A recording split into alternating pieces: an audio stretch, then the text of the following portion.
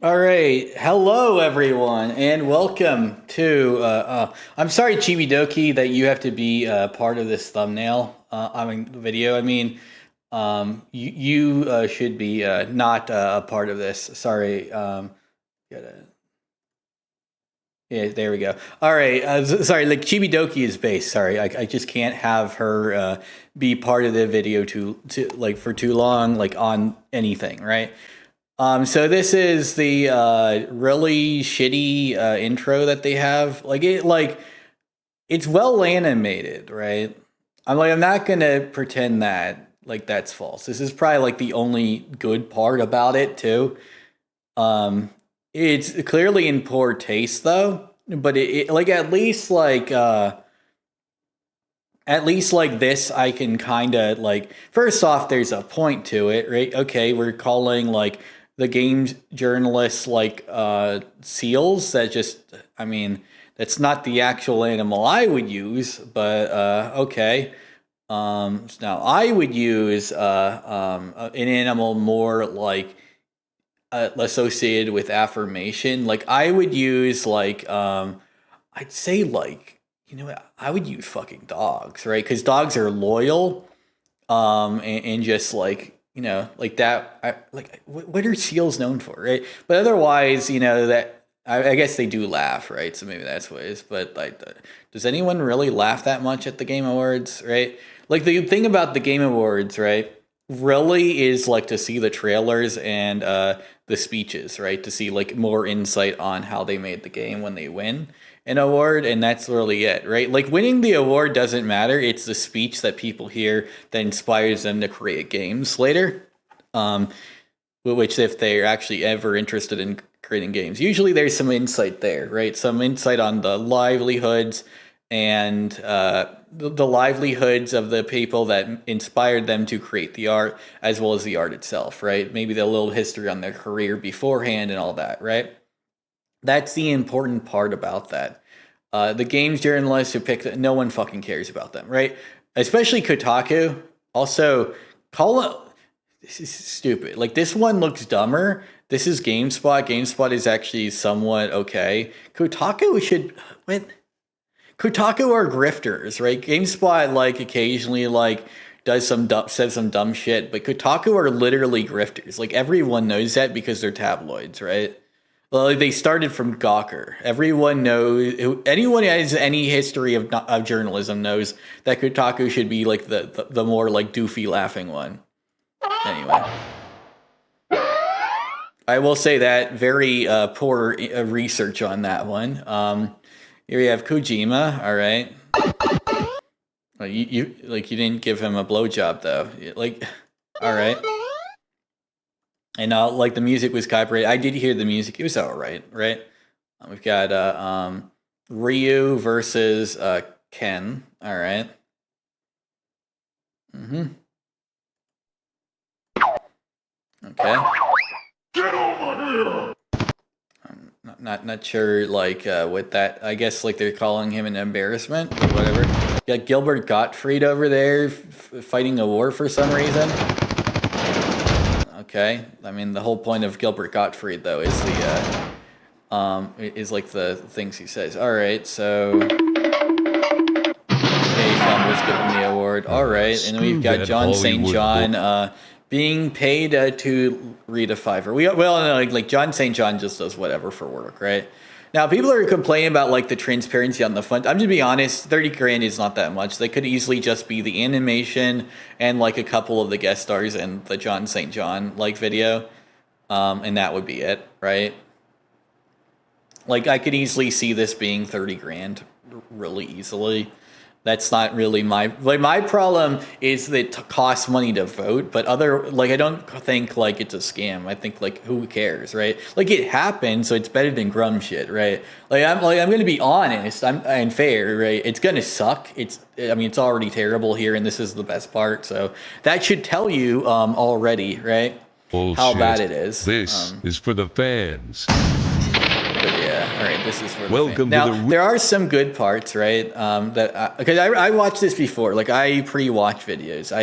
what I'm doing is a review, not a live review, not a live like I don't react, right? I review. So like I have already seen this Real before. Game Awards, baby. I don't do first impressions reactions. That's Hey not what everybody, I do. and welcome to the Real Game Awards. I'm Stuttering Craig, and I want you to People know did dunk on this before too. Like he's at a Dave and Buster's arcade. Obviously, I don't fucking care. Like that's not the problem. this is not an industry show. It's about you, the gaming But community. that's fine. But no one really like this is making it sound faker though. We got it right. Steam reviews is also not an industry show though. But this is worse than that, right? And Steam reviews, right, is they don't have a show at all, but it's still worth more than this, right? And that's really the thing, right? And it's not, and the reason why this is worth less is because it's not free to vote, really. I get you want to have it like a show, right? But you could have like, hey, anyone who wants to vote, like you can have it be supported by super chats financially, while just like having votes be free. That would be a lot easier, believe it or not. You can also like there's a good way to do it, right? To like have the votes be.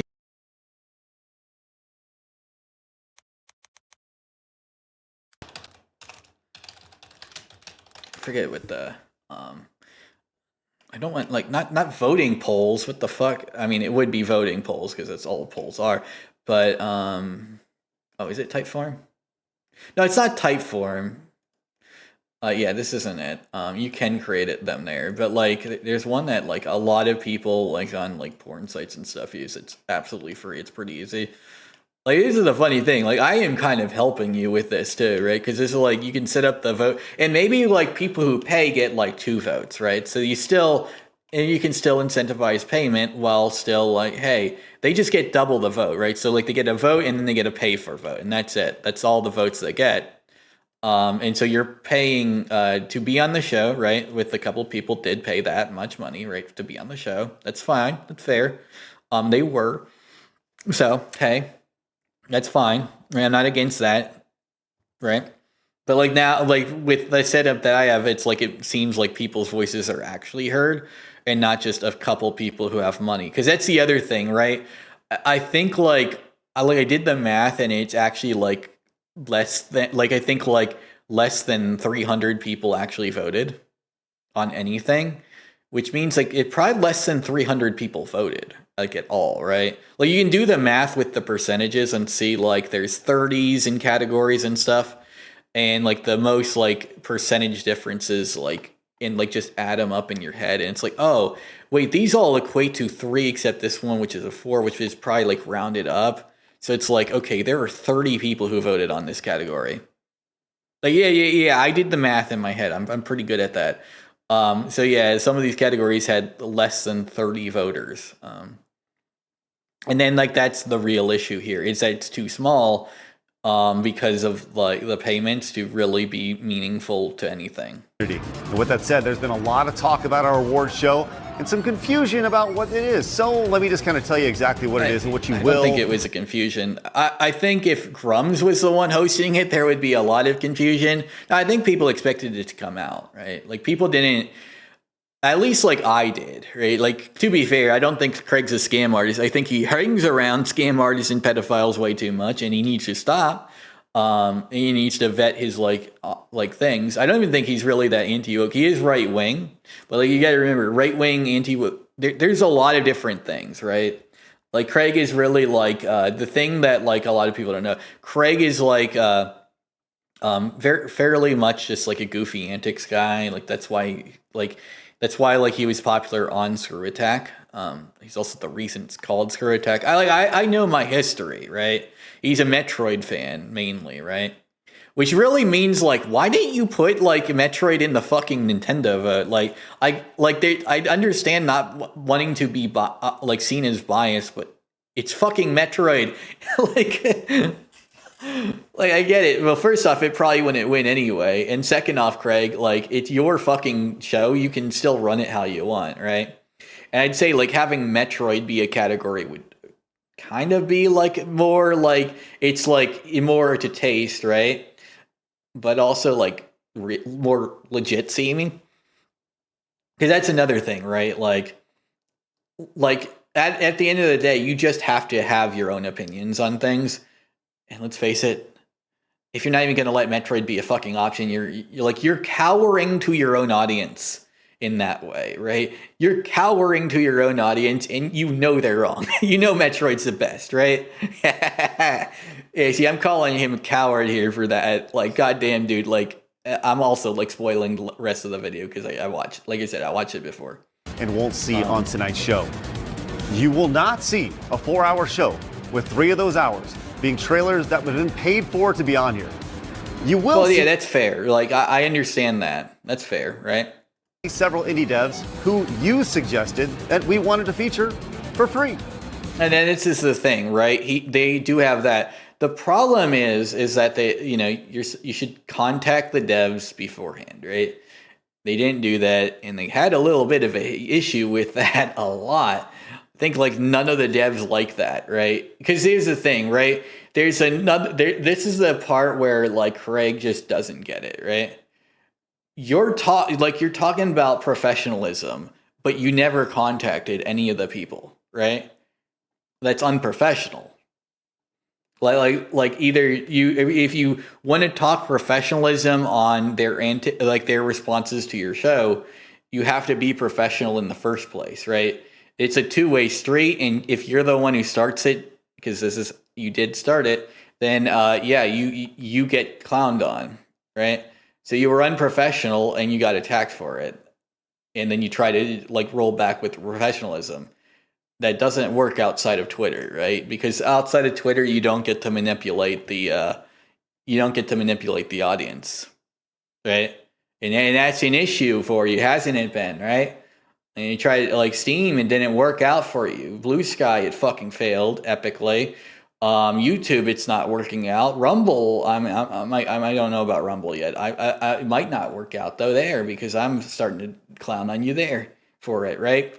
And that's kind of the thing, right? Like you have to actually like engage properly and professionally if you want to use professionalism as an argument outside of Twitter, because outside of Twitter, people actually like expect someone to be professional if they're using that as their argument, right? But you weren't, and so when you use that as your argument, you fail off Twitter.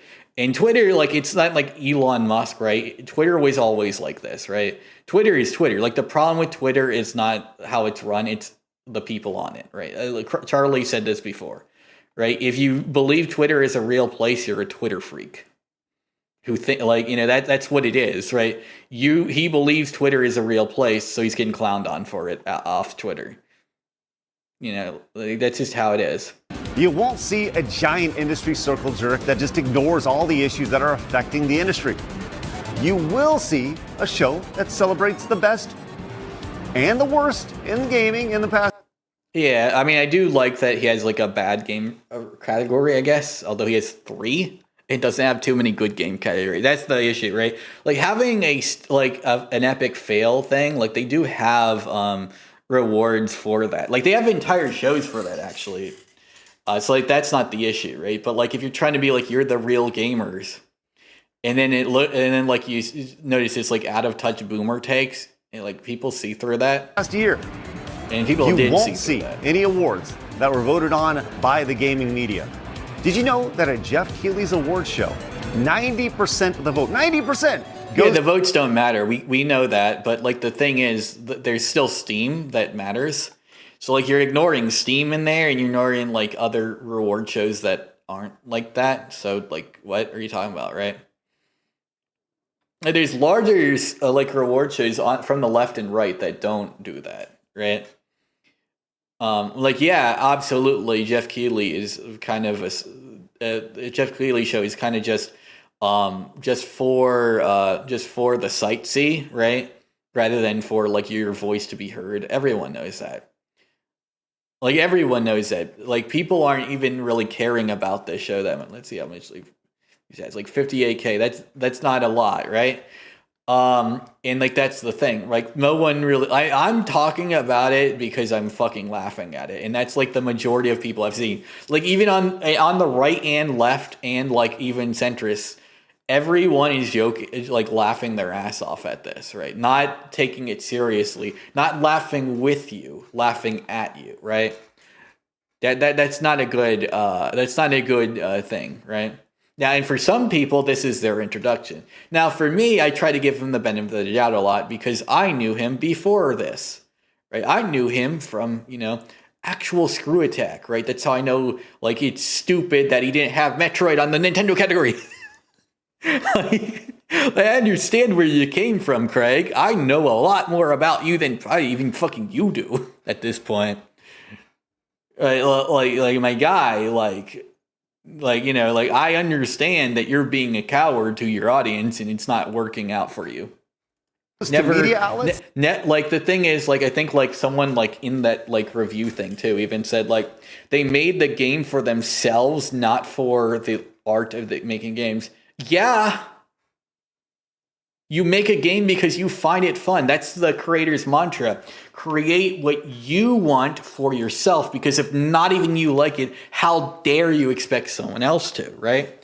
That's the thing. If you make it for you and your friends and other people enjoy it, that's great. If you make it for you and your friends and you all enjoy it, that's also great, right? If you make it for you and your friends and for like some random audience and they don't like it, but you also don't like it, you can't complain. How dare you complain? You didn't even like the thing you made. And you try to pander to an audience that didn't like it, they end up not liking it either, right? You don't pander to an audience, you pander to an audience if that's what they like, right? Like if it's already existing, right, then pandering to that audience, because then but the thing is, you're not pandering to them, you're pandering to yourself because you like the thing they like, right? That's the thing. Like, always like what you create, right? When you get invited to a job on a series, you still want to like what you create. It's just what you create, you have to be like a fan of that thing, right? So fans ultimately are the best creators of anything because they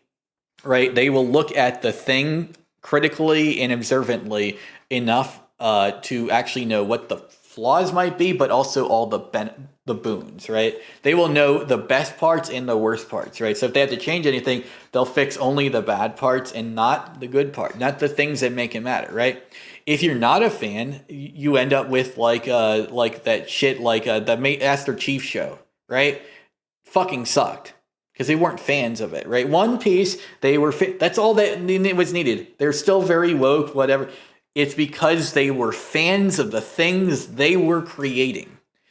And that's like why that comment was like so dumb when I saw it. Like, dog, like, yes, that's the point. If you're a dev, you make it for you if it's your own product. And if you're not and if it's like another product, you have to enjoy the product that you're making for, right? Like, yes, ultimately all games are made for the developers, right, and the creators, right? That's who makes it. That's who you should be creating for. The thing is, if it's a job for a franchise, you should be a fan of that franchise already because you were an audience to it growing up, and now you want to contribute to it. And that's really the problem with what we are at today. People are working on things they aren't fans of rather than things they are. That's the actual issue, not people creating things as an independent developer that are made for them. If it's their game, that's good. If it's someone else's game, that's bad. But if it's their game, yes, creating a game that you want to create for yourself that's how you fucking create, right? If not even you are pleased, fuck you off with the bullshit of that's what like woke like Hollywood shit, right? But like the developer of Nightmare Cart, no, they don't care because they find it funny, right? That means only 10% of the vote goes to you. They don't even think you should have a vote. And what's funny is like Craig doesn't see like how much he's being clowned on because he probably isn't like going on Steam or Blue Sky or any of that, or like looking at like critical videos on YouTube at all to notice that outside of his own sphere, no one is enjoying his things, right? And that's because he's not, that's because like ultimately you create for yourself and your audience expands upon that, right? Right? But if you create for your audience, well, the audience never expands, right? Because you're creating for other people, not yourself, right? You're not being you, you're being your audience. And that's not okay, right? That's why YouTube, right? YouTube, right? Not other people tube, not your audience tube, YouTube. Be yourself, right? That's how you actually grow meaningfully. He doesn't want to do that, but like that's what I'm saying. Like that's the reason why you're not being yourself. See? Every single major award show is voted on by people who are within that industry. And if I'm being completely honest with you, that's how it should be. Does that make Yeah, Alyssa Mercante. Well, Alyssa Mercante is clowned on too. Like no one really cares that much about sense? her. No, of course not. Which is why you will see awards that were 100%. Like the thing is, right? Most people, the only reason like they might have her following them is because they don't fucking care, right? Like no one cares about Alyssa Mercante or Airbagged or anything like that. Like people, the worst you'll see is people just like, who the fuck? Okay, they're following me. I don't fucking care. Like, yeah, they're defending. I don't fucking care. Like, it's just like some Kotaku journalist. Like, who the fuck cares? Like, why do you care, right? Like, that's the thing, right? You know, like that's the thing. Like, ultimately, why the fuck do you care? It's a fucking wine journalist. No one cares about them at all. What they do. The thing is, you're giving them attention. We're taking it away, right? They can follow us. They can tweet. It doesn't matter. We're not going to change our positions or whatever. We're just going to be like, okay, whatever, do what you want, right? And the problem is, like, Craig doesn't realize that's what takes her power away. When people allow her to just do what she wants but don't give her attention, right? What happens is they lose money, right? You only get money, right? Like, basically, like, every Alyssa Mercante, like, thing is basically if you talk about it, you fall for her trap card, which is called the pay pig card. Activate when someone on YouTube grifts about you, talking about things you said to get money from them. Like that's basically the Yu-Gi-Oh! Trap card scenario with this, right? She made you her pay pig. Like you're in a fine dom relationship with Alyssa Mercante as the fine dom, Craig. How does that make you feel to be pussy whipped by a fucking Kotaku journalist? Like, how about that, right? How about we get to that? Well, literally voted on by you, our voting members. You won't see any celebrity cameos. I promise you that. You will see. I mean, you did have them. You have, what was it, AVGN and also John St. John. They're celebrities. Like, yeah, they were paid, but they're still cameos, right? Like it's fair they were paid celebrities, but yeah. Marginally successful YouTubers that you probably have never heard of before, and regular gamers like yourself to present. I like how he says you probably have never heard of them before. I've heard of most of these. I haven't heard of all of them, to be fair. You won't see acceptance speeches for winners because, let's be real, you don't care. I mean, if you don't care, that means you're not interested in like how games are made. Like, to be fair, not everyone is. Like, that's fair, right? Like, I'd say real gamers are still, like, I feel like real gamers want to make games, right? They might not have the ability to, but, like, they want to make games, right? Because real gamers are inspired by the games they play, right? So, like, they would still want to make games, so, like, that would be useful to them. Like, if you're a real gamer, that actually would be what you want to hear the most, right? That'd be the only thing you care about from the things. Like, oh, this game developer I like is giving a speech on, like, the story behind, like, the inspirations of their game. Maybe I could like find a book to read like that they mentioned or something and see like if I can get inspired even further than I am already, right? That's like a real gamer thing, right? Now obviously not every gamer is a real gamer in that case, but like yeah, like it's not everyone's inspired. Like not every film watcher, like not every film watcher is a real cinephile. Like not every person who watches a movie wants to make a new movie, right? Like there's casuals, there's hardcores, and then there's cinephiles, right? I'd say like with gamers, there's casual gamers, real gamers, and then there's like casual gamers, hardcore gamers, and real gamers, right? Real gamers would be like it would be a niche audience, like that is the thing. Like real gamer would be a niche, but it would be like the gamers who are inspired to make other games. That's what I would consider a real gamer, right? And a hardcore is someone who's really into a specific genre. just for like the fun, but not for like wanting to be a part of that. And then casual is just like, they just play games, right? Like, you know what I mean? They're just a fun time. You will see an award show that was built by you from the ground up. All categories, all nominees, and all voting done by you. And what I think Not really done by you, done by like 30 people at most. Sadly, like the math up to about like 30 people. doesn't matter. Ultimately, like the Real Game Awards is a show for gamers by gamers. I agree that he's a gamer. Like that's not really anything. Like I think like the problem is, like I said, he's suffering from audience capture. Said, like really too hard. To be fair, like this is the thing with like his takes on like COVID, right? Like he's like, the vaccine's harmful, and ivermectin or some shit. Or like, no, like, what the fuck drugs are you on that you think that's like ivermectin, right? I don't think like what, like it's literally like what's is even in that, like, like it's horse tranquilizer, right? Like it makes horses fall asleep. Like what it could do, right, is because you get a lot of sleep, you feel better the next day, right? Because, part of it is an immune deficiency. If it's not that severe for you, that actually would help, right? It gives you like it gives you a deep sleep, right? And that can be very like empowering, right?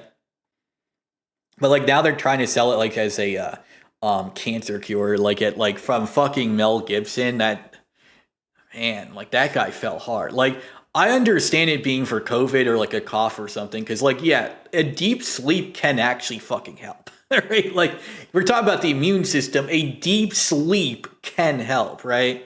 We're not like that. Like that's the thing. It could actually do that, right? I'm giving them the benefit of the doubt there, because that is what it does. It makes you very sleepy and gives you a nice, good rest, right? It's a fucking tranquilizer. That's what it do, right? It's not going to help with cancer, right? If you've got stage 4 cancer, you're going to die, bucko. If someone says they had stage 4 cancer and then like they took a fucking sleeping pill, and then now they're good now, you would just slap them in the face because they're obviously never had stage 4 cancer. Like maybe stage 1 or 2, right? Like stage 1 or 2, you can actually even kill it with your own immune system there. Believe it or not, stage 3 is when you actually need like this, like surgeries and stuff. Stage 3 and 4 is when your immune system is not going to help, right? Like stage 3 is it's curable, and stage 4 is it's treatable, but you're probably going to die, right? And like that's like the stages, right? Stage 1 is like you might actually just cure it just like by getting a good walk in tomorrow, right? Stage 2 is like you need to like improve your health dramatically, but you might need some surgeries, but you can still probably get it like, just by like making yourself really healthy. And then stage 3 is where like you need to treat it or you're going to die, and stage 4 is you're going to die, but we can slow it down. Right? Like that's how cancer is ultimately. Those are the 4 stages of it. Like as Christopher Hitchens said, there is no stage 5. Once you get past stage 4, it's over, right? Like stage 5 of cancer is death, right? If you'd like to be a part and maybe help grow it moving forward, head over to therealgameawards.com. Like there is no stage 4 cure. Now, some people can have, right? Because here's the thing. You can sometimes, extremely rarely, have like things just go so well that stage 4 like stops. And it goes back to stage 3. And then you can just get it cured, right? But this is like, there's a reason it's called a miracle, right? Because it's not common, right? It's basically God has to help you with that, right? Like there's no scientific like way to like go about like stage 4 cancer like remission, right? Like if you did something, it's not going to happen for most people, right? So even if I give the benefit of the doubt that ivermectin somehow worked for one of Mel Gibson's friends, it wouldn't work for most people. Right? Like it's not a miracle cure, it's a miracle that they were cured. Right? Like there's a difference, right? Like maybe they needed a deep sleep and it was just like their immune system was so fucking bad, but I don't think that's what it would do, right? Now there are like other things that really are good, like horse Like if we're gonna go with like animal stuff, like horse electrolytes, right? You can like take one of those like things, right? And if you actually like, it just make sure that they're like cooked, right? And then you have like you have Gatorade, like you put some sugar in there, you have Gatorade for a month, right? And because it's meant for horses, those electrolytes are like way supercharged. So you'll get like one a week, right? And it will last like a fucking like, yeah. But like that's like a thing, right? Like those are like I'm giving it like what the realm is of the medicine, right? Like it's still just electrolytes, right? It keeps you hydrated, and helps you regulate your energy. That's what electrolytes do. Like of course it does that. That's what it does. And consider becoming a voting member. Right, like you're just getting more electrolytes, and like denser packed electrolytes. It's still electrolytes, right? It's saying like horse tranquilizer is still tranquilizer, right? Like it still just makes you sleepy. But sometimes that might just be what you need, but like not with cancer. Like with cancer, like I have a hard time like thinking people just need a little sleepy bedtime. I don't know. And with that said, I feel like the cancer will make you go sleepy bedtime for a long time, maybe forever. To the awards for the first category, Best Story. Hey, games give us. Well, like that's the thing. Like Craig just was like he did like the anti-vax shit, and what's funny is like the anti-vax shit. Like the only like claim they have is that they saw like people get clots out of the vaccine. Now the funny thing is that means they got clots from the virus, right? Which if they were that common, right, then they would be that common with the virus. So if the virus was that deadly, right, that you would get like clots at a very regular rate, you might want to fucking take that vaccine, like. Because that's the thing, like, the clots are a symptom, but they are extremely rare with coronavirus SARS-2, right? And so, like, the vaccine made them even more rare, right? But you still, like, some people did have those complications. But that's the thing, right? If you have COVID, that is a symptom you can get. It's not like vaccine adds thing because it's chemical. Like, that's not how it fucking works, right?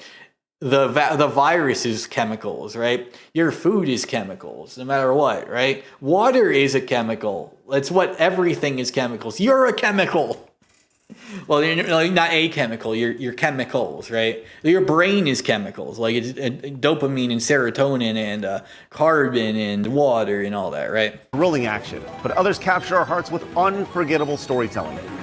Your nominees are Black Myth Wukong, Final Fantasy So VII. this is like part of it, like story, FF7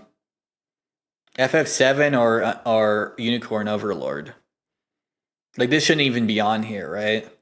Like for story specifically, right? Like people are talking about like, oh, the story of Journey to the West is so good. Where is it in the game though? Right? I've played it. I'm like, it's not in the game itself, right? Like there's some lore that kind of like goes a little back to it on some of the characters a little bit. But like the story, you're not playing Journey to the West. You're playing a sequel to it with its own story. And like the story is good. It's not award worthy, right? Like, you know what I mean? Like the story is like, it's all right. But like FF7 Rebirth and Unicorn Overlord, probably way better. Also like a Dragon Infinite Wealth, right, is very good. I don't think it would win, like, legitimately, right? But it's definitely, like, deserving of a spot, right? Seven Rebirth, Unicorn Overlord, and Like a Dragon, Infinite Wealth. And the real game award for Best Story goes to, with 32% of your votes. Yeah, okay. This one I feel like just people didn't play. It's sort of like Metaphor Re Phantasmo. Yeah. Black Myth Wukong. Hey, congrats, Game Science. Hello? We want this home run view. Your brother brought us in to find you. Tell him to back off. Yeah, Jackie Chan. Little spider monkey ninja. Sorry, brother. I'm never coming back. Unimpressed. Rated R. Only in theaters February. Okay. Presenting the award for Best MMO, lead supporter of the Real Game Awards and producer at RetroWare Games, Justin Silverman. You So might have this guy, forgotten you can tell he plays MMOs just from what the looking at him. MMO acronym actually stands for after all these years. I do appreciate the memorabilia on his shelf. Also, he's definitely a gooner with foot. It's whatever, right? Like there's nothing wrong with that, right? I'm just foot. Let me remind you, massively multiplayer online. But what does it stand for emotionally? It's a bunch of strangers banding together under one banner to fight Right. Yes, it is. a common enemy. And sometimes each other. Just like all of you who've come together to vote on the best MMO of the year. And your nominees are Final Fantasy XIV, World of Warcraft, Yeah. RuneScape, I and don't even know why they have it as a category this early on. Yeah, that's the thing. This also sets the mood really bad. I feel like a lot of people stopped. It's not that it's just it's such a niche category because there are very few games even are MMOs, right? They're made because you can't really make one on a low budget, right? And I think the best the most technically the best MMO is VR chat, but that's not what he really means MMORPG, not MMO. MMO is VR chat, right? VR chat is the best massively multiplayer online experience. But that's not a game. That's not even a game, right? But it is the best MMO. You do anything in there, right? But yeah. Guild Wars. And the real To be fair, they had to dodge the they're just gooners allegation somehow. Game yeah, Award for let's play best- the game where you're a furry that steps on micros and or a tiny person that gets stepped on or forward or something. It is, or you play Among Us, or you murder it is the MMO. Maybe Roblox is competing with it too, but those aren't their games. They're games where games happen, but it's a social hub where games happen, but it's not a game itself, right? A different VR chat is basically PlayStation Home on steroids, right? Or Me Plaza on fucking on fucking whatever Ronnie Coleman does. MMO goes to, with a massive 62% of the vote, Final Fantasy XIV. Yeah, because it's a good game, right? Also, I find it funny that Grums' controversy about it and 62%. Yeah, that didn't really age so well, did it, Grums? And the thing is, people the player count's down. It's down because they haven't had a good update recently. They will. It's just when you're in a content drought in the holidays, it goes down, right?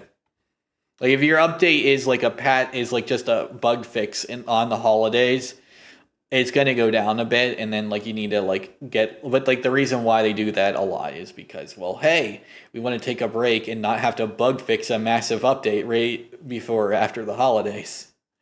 Wow. 4 games that launched anywhere. Because that's the other thing. Warframe has that problem sometimes where they'll do a massive update right around Christmas, and it's dog, it's not a good move.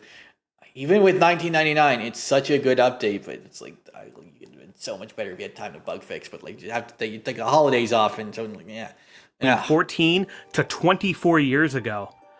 Yeah, you guys pick nothing new, huh? I guess that makes sense. The MMO genre is a lot like a good D&D campaign. If the players are really invested and happy, and the devs are paying attention, it'll last forever. Well, yeah, that's that is a good metaphor. It's a good. To be fair, I don't think good D&D campaigns last forever, physically, but they do last forever in memories.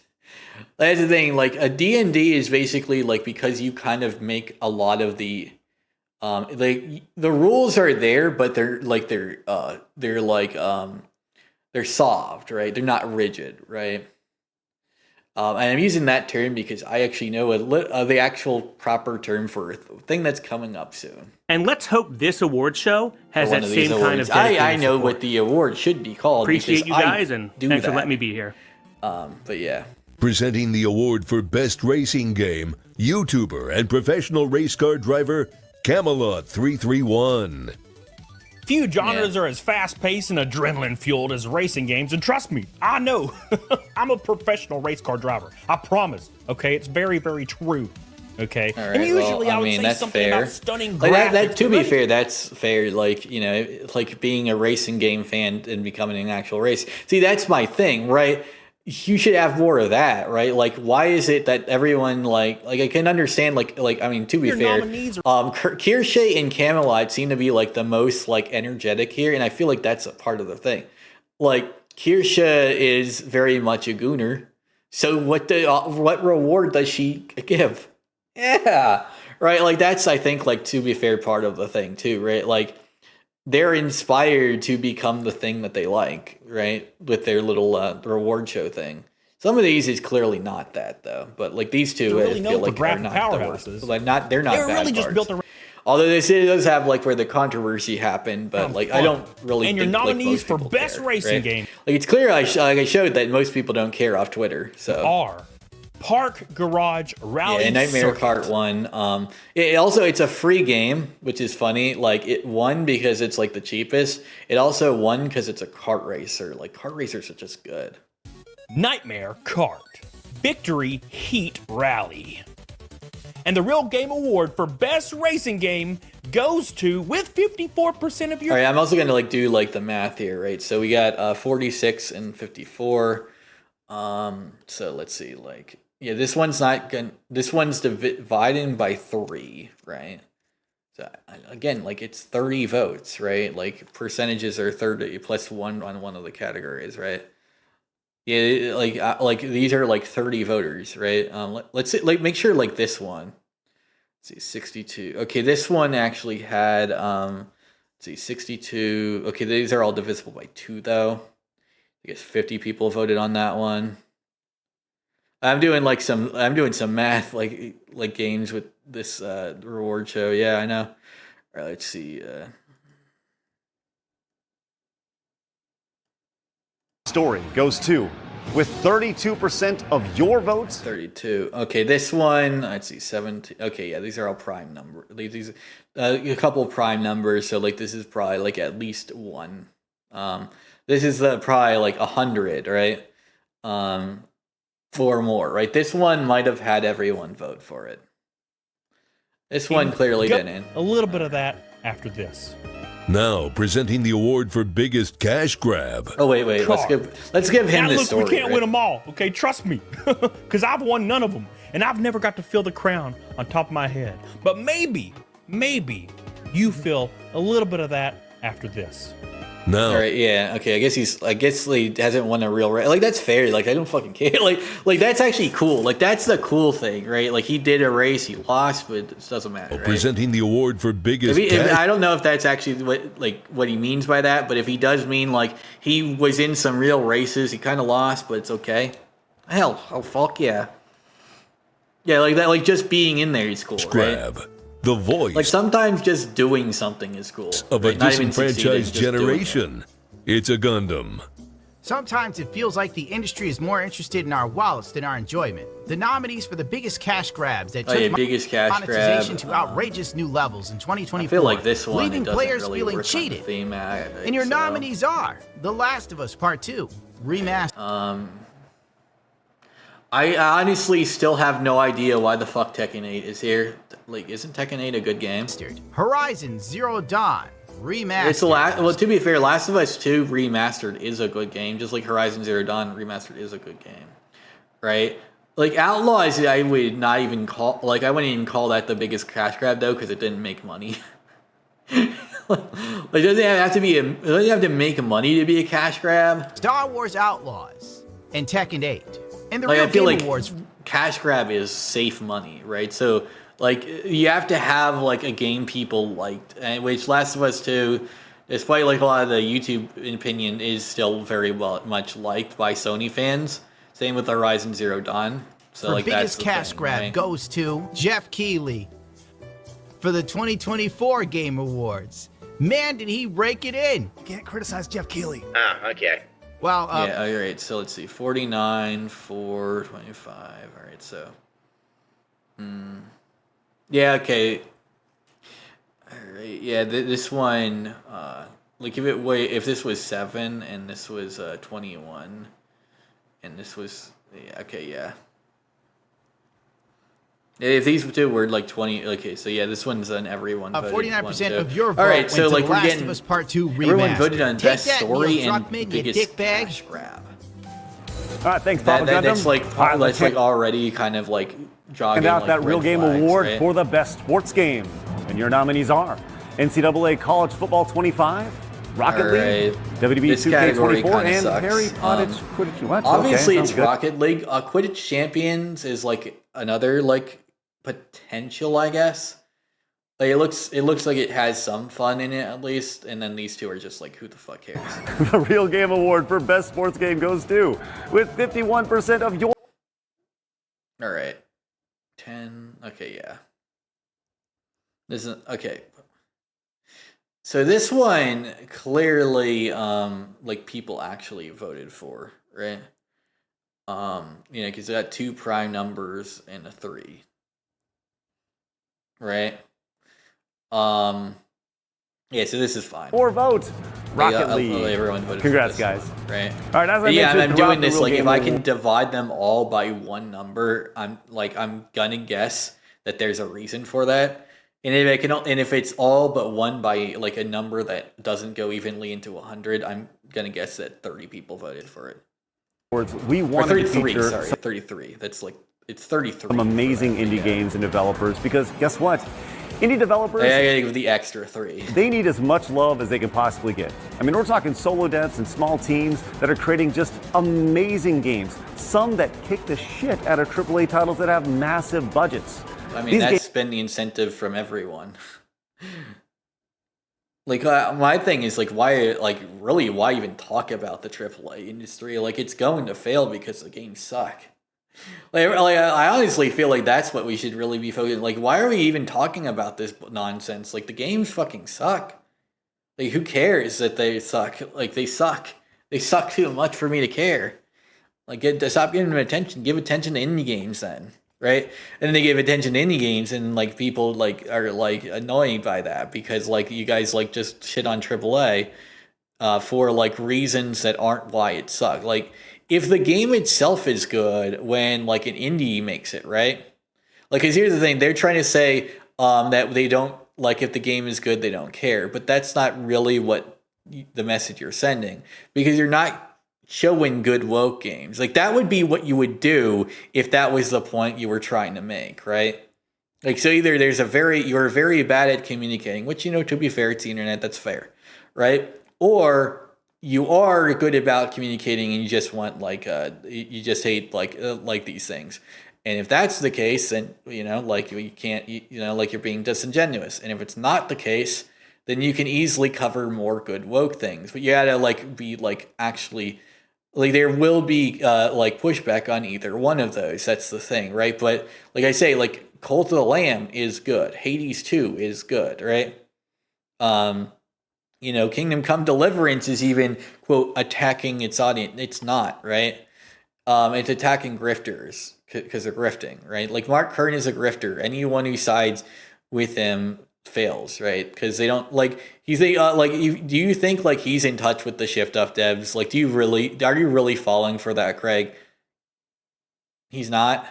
Like spoiler alert, he's not. The devs were what Mark Kern is because he's terminally online, right? Because that's the thing, right? He's terminally online.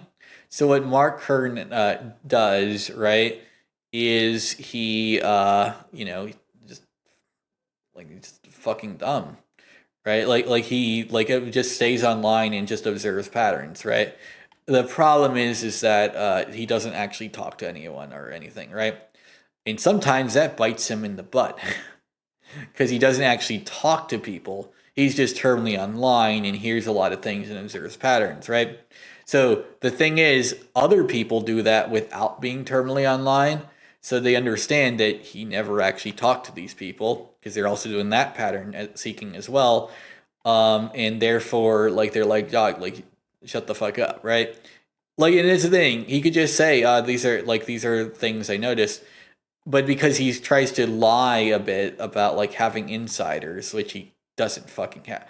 If you're as broke a bitch as Mark Curran that you're failing to pay child support, yeah. Right? Games have heart and are driven by teams with passion. And another thing, right? Like, do you know like how Smash JT can just show his wife, right? Or like Quartering can show his wife, right? Craig can show his wife. You know, people who have husbands and wives can show their husbands and wives in their videos sometimes, but Mark Curran can't. You never even hear her voice at all. It's because she doesn't exist anymore, right? Like she dumped him, right? Like you occasionally heard, like not seen, but like I've heard his wife in some of his videos before, right? And that's how I know, yeah, she exists, right? You can tell because she's there in sometimes. With Grimes, you can tell she doesn't because she's never there. Like, you're telling me you have a wife who never nags you at all, and you work in your house?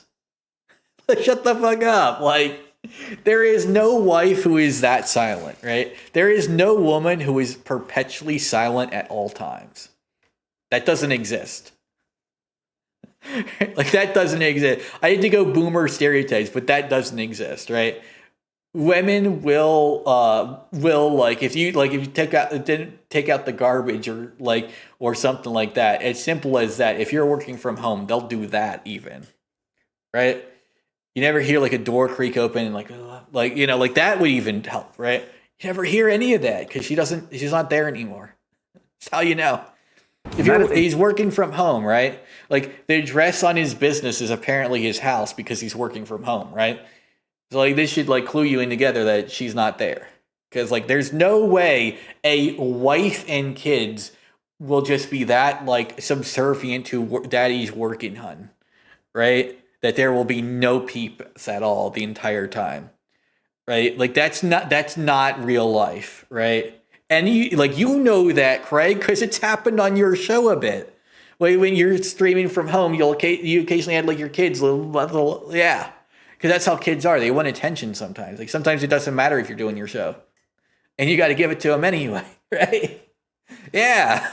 I know how families are because I used to be a kid. I have family members, your moms, and like that's what they do. And it's not a bug, it's a feature. It's like the best part. They'll nag you to get the trash done. Like it'll make you do stuff in real life. Exactly why we love games to begin with. The best part about this, they don't even know they're going to be featured on our show tonight, which is part of the fun. Let's check out the trailer for our first indie title. Well, that's the thing. Like if you actually love someone and you're living in their house, there is no way, right? Like that's the thing. Like there is no convincing me that someone is that like doesn't actually, right? You know what I mean? Like eventually, like that's an obvious gig to full. And like I said, like there are other people who have. It's clear they have wives, right? Mark Curran is the only one that can't prove it because it doesn't exist. Avathor. And that's fair, right? Like my thing is like, you know, he's a scammer, so like obviously he's gonna be a piece of shit, right? Like that's the thing, right? Like that's just a reason I know. Now to be fair, I think like the Celico devs, I'm honestly like surprised maybe the Avathor devs just didn't hear about it, but like this, like when it was streaming, this looked like absolute fucking shit. Like that's another thing, right? Like most people caught it live. Maybe the Celico devs caught it live. This looked like donkey dicks live. I need to like see like the stream, like maybe like it probably Texas internet to be fair. I think they're in Texas, right? But when they streamed this was extremely choppy. Like I could barely tell what was going on when they did gameplay. Now I can actually tell, right? But like this was like half the frames were like not half, like 2/3 of the frames were missing. This trailer.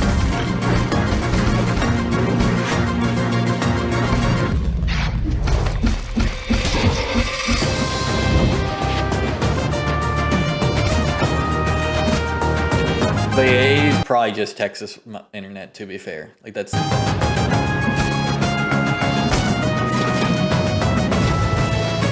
But, like, that... Like, it might not be, like, a limitation they could have surpassed. But this looked like absolute AIDS live. And look, it looks good now. It looked like shit when I was watching it live, though. But you gotta remember, like, that's ultimately, like, a thing, too. Like, first impressions of this show are gonna be, like, hardly, like, the trailer footage was extremely choppy.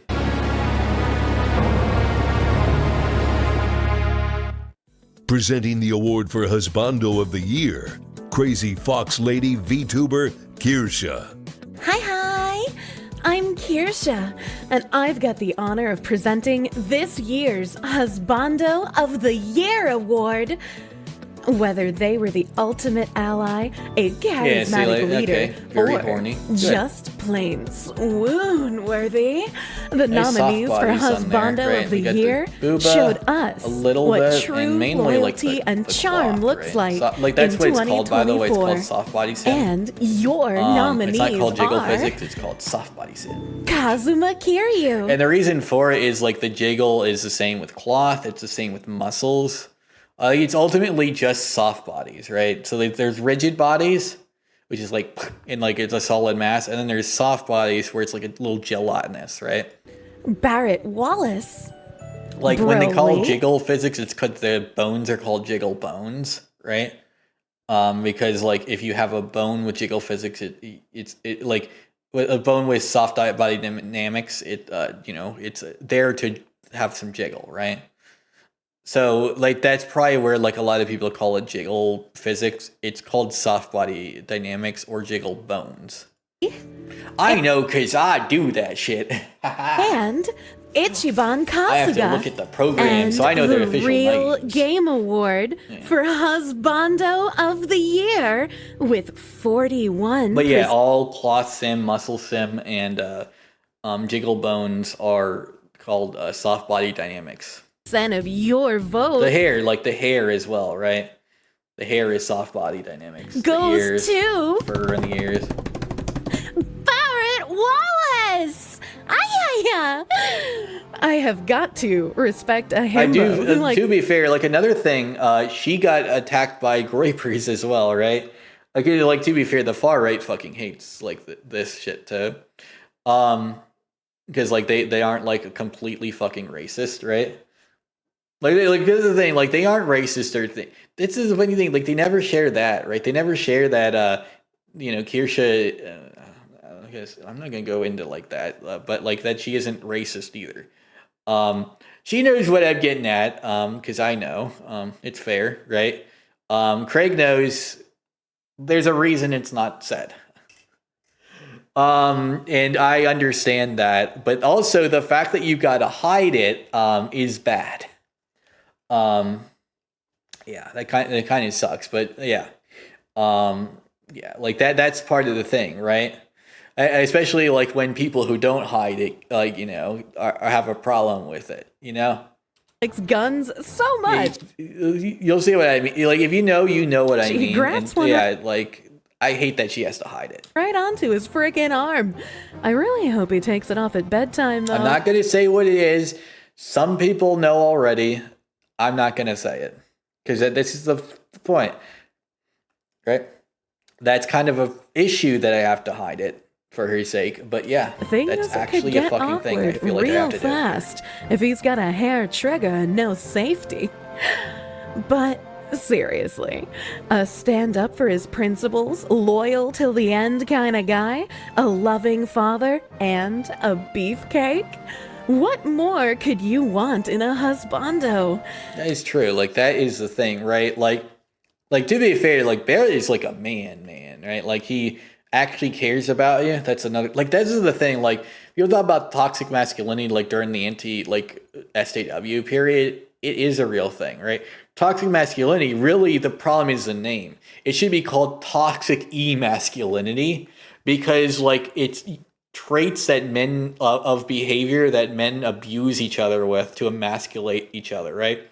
Like if you're not extremely buff, you're not a real man. That's emasculation, right? That's not masculinity. It's emasculation of other men, right? You can't show emotions if you're. That's emasculation. That's not masculinity. That's emasculation. I understand the problem with the rhetoric there too, because like the problem is that you're saying it wrong. It's toxic emasculation. Men shouldn't emasculate each other for dumb shit.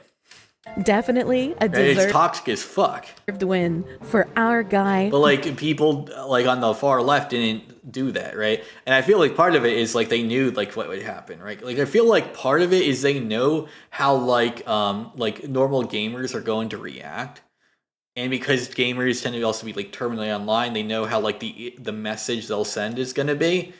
And so since like terminally online also tends to be bigger online, right?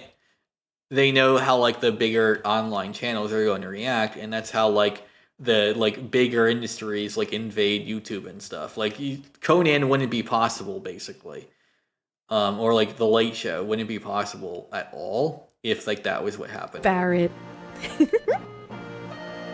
Presenting the award for waifu of like the if gamers like weren't so easily manipulated, right? year, producer for Nerdrotic and co-host of Poor Choices and Saucy Saturdays, X-Ray Girl. Fierce, brilliant, and unforgettable. Waifus hold a special place in our hearts.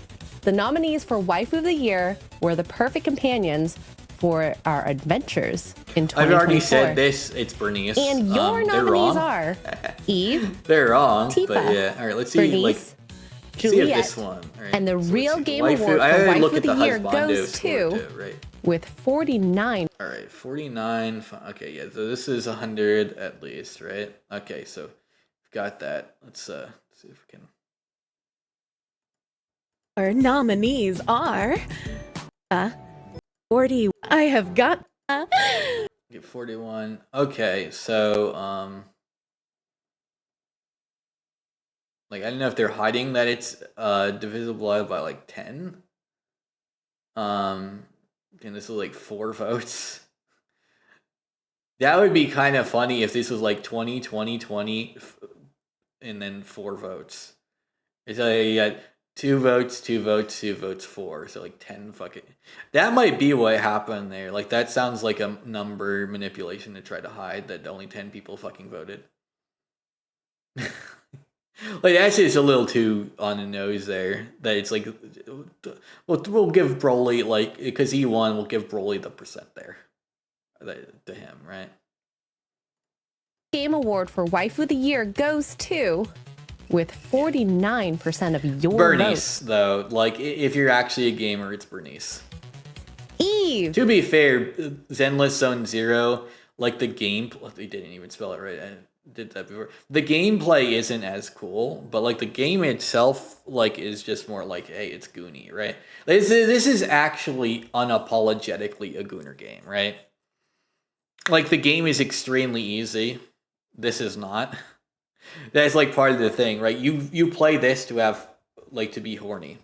And in all honesty, I enjoyed playing Stellar Blade so much, so I am so glad that Stellar Blade at least like when I say Gooner game, I mean like Nikkei and Zenless Zone Zero, like they have gameplay, but like the gameplay is more niche and it's pretty easy, right? Like now Nikkei is like literally like I feel like only like 90s gamers really love it because that's the light gun game, right? Like that is rail shooter, right? It's Time Crisis with tits. Oh my gosh, I play that game even. Or better yet, Crisis Zone with tits. I don't know if anyone played the machine gun sequel, Crisis Zone to Time Crisis. It was a spin-off, right?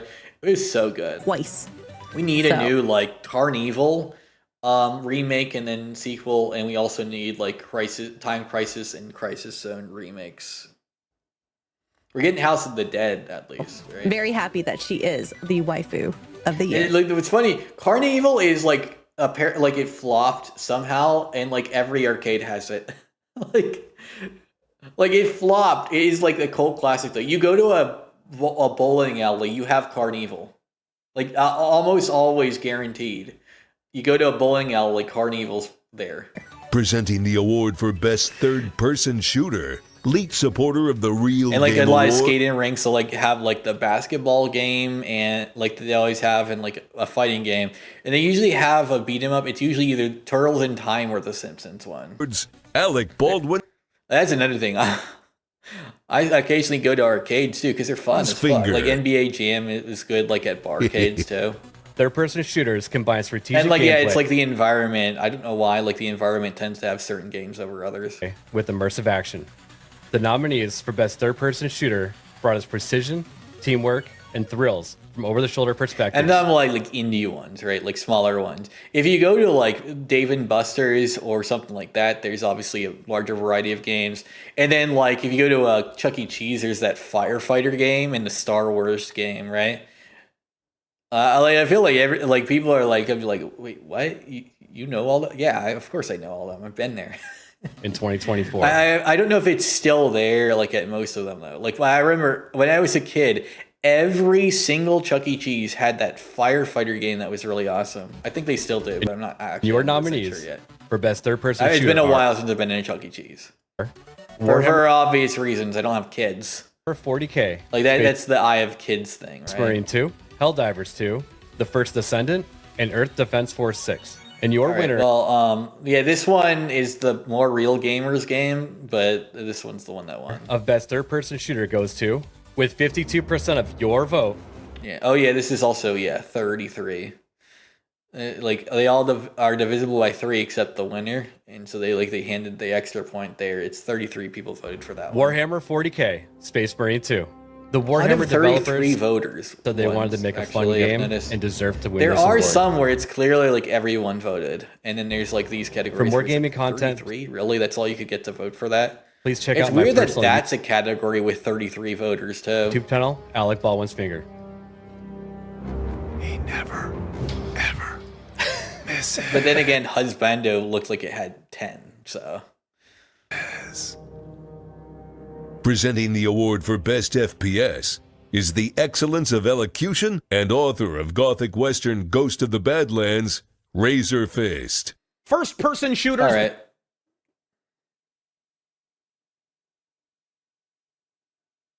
There we go. Heart of Chernobyl. And the Real Game Award for Best FPS goes to, for the 1,000th time, Oh, I'm sorry, wrong Game Awards. With 53. There we go. All right. So yeah, this one, everyone. Yeah, this one there is too many like prime numbers, right? I think. Yeah, not too many. Well, there is a prime number, right? But like if it's the highest one, that sometimes I could like they probably move something. But like also, no, yeah, 53 is prime, right? I think it is. Yeah. But also like there's just like nothing that really these divide evenly into, right? Like 17 and 2. And yeah, and like 2 and 3 and 2, right? Percent of your vote, RoboCop Rogue City. So everyone that's voted for that one. Game, and just when we were about to, but we're not going to give them an award to them this year. Who knows? Maybe next year you'll want to make it a category or something. This year it's all about the best companies who win. I used to love his content. That's just how fucking like mad that made me. Above and beyond, get the fuck out of here. Get off my screen. Great games, support their communities, and show what gaming companies can achieve when they prioritize you. It's such a simple process. It's ridiculous. From Software. Okay, yeah. Okay, yeah. And Saber Interactive.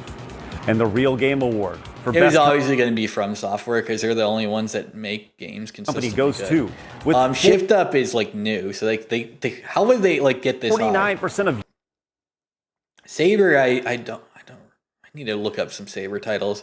Team Asobi and From Software though they make consistent games and listen to gamers consistently. Shift Up made one fucking game. They don't get that. Like I don't even know why they're there. Like yeah, they listened to him a bit, but like they didn't really listen to them. They were already planning on doing it. Like in their own fucking words, they were right listening with like I feel like Digital Extremes, like recently, would like be a good one too, because those are like the ones that listen, right? Like they have dev streams, they talk to, yeah. There was a time period, like a small time period, where they weren't, but yeah, now they do again. From Software. Congrats, guys. And now let's take a look at the best fighting game. A lot of votes. Your nominees are Dragon Ball Sparking Zero, Tekken 8, and Under Night in Birth 2. And the Real Game Award also for Real Cash Grab. Oh yeah, all second for fighting best game fighting goes game to, with 51% of your vote, Dragon Ball Sparking Zero. Yeah, like 10 people voted for this one, I guess. Here's another trailer for a great indie title by Altered Orbit Studios. You ever heard of them?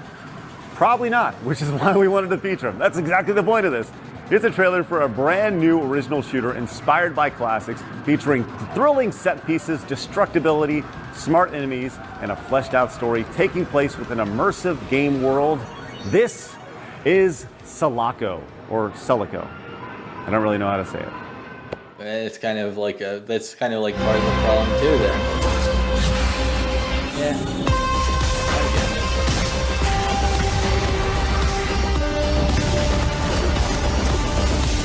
There we go. Nice storage system. Gold building, alright. Got weapon customization upgrades, alright. Systems that you buy, training RPG mechanics like the minigame. Nice little laser weapons for some, and shot they can blow their fucking body in half. Alright. I'm sold, right? But apparently I'm not sold because like they made fun of this show or something. Nah, I'm still buying. That's ultimately the thing, right? Like, what am I avoiding buying it for? Because they made fun of you for it? What cares? Like the idea of people like saying, presenting the award for best multiplayer experience. And that's the thing, like your refusal to like with AAA, that might mean something because you can just refuse it for a couple months, and that might like make it fail. With an indie game, like there's like you don't do that in a couple months, you do that forever, right? So unless you are willing to stay mad at a single video game for making fun of Stuttering Craig one time for the rest of your life, it fails, right? And that's the thing. This isn't a boycott where instantaneous results can happen. Composer, audio you have to director, keep at it, right? And sound designer known for his work on the because there's no like actual civil rights case for it.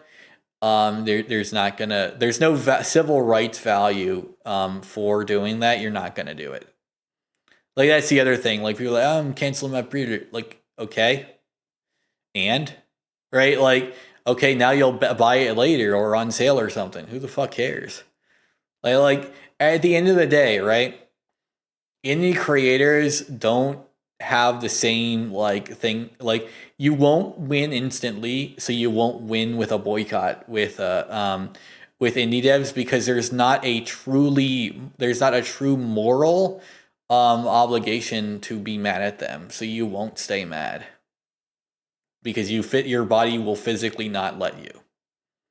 Right? Series like most people will forget in a couple weeks after launch. The Halo series and Destiny, Marty O'Donnell. Hello, and thanks for having me on the big show.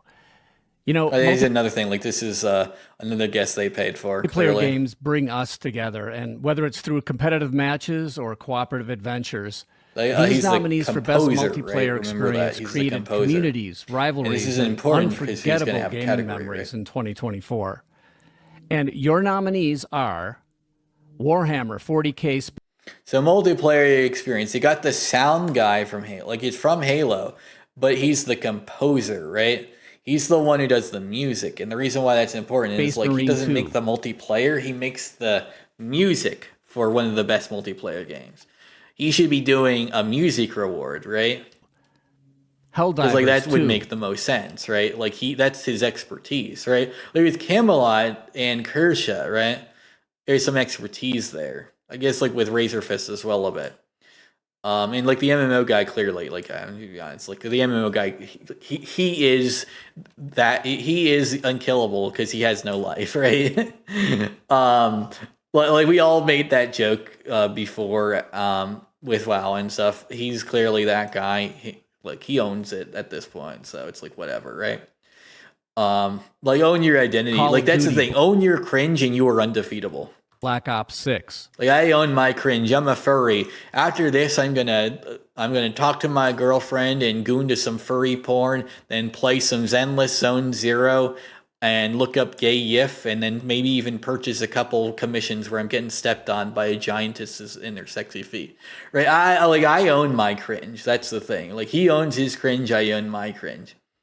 But that's the thing. You have to own your cringe. Right? You have to own it.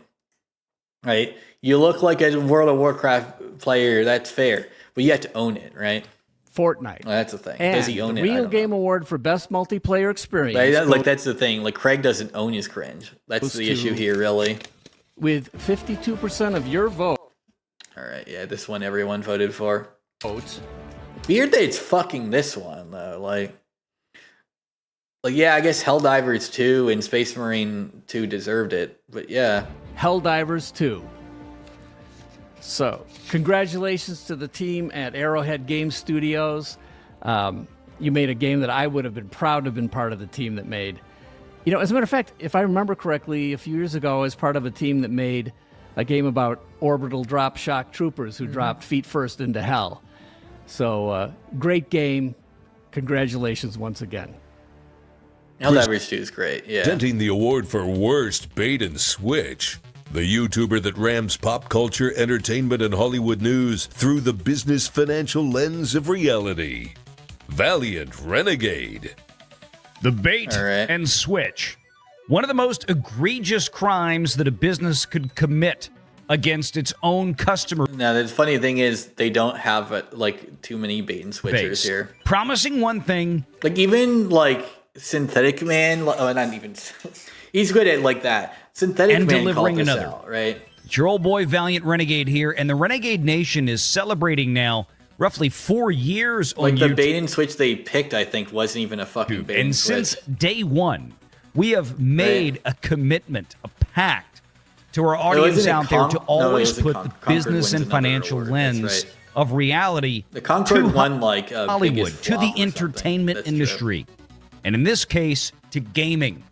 And the gaming industry has committed some serious crimes this year. But tonight, we are here to give you the 4 nominees for the worst bait and switch of the year for 2024. Not every game lives up to its promises. And in 2024, that happened a lot. The nominees. It happened a couple times. For the worst bait and switch. Most of these games, people figured out. From the gaming company in 2024, which misled players with marketing, promised features, and just frankly didn't deliver.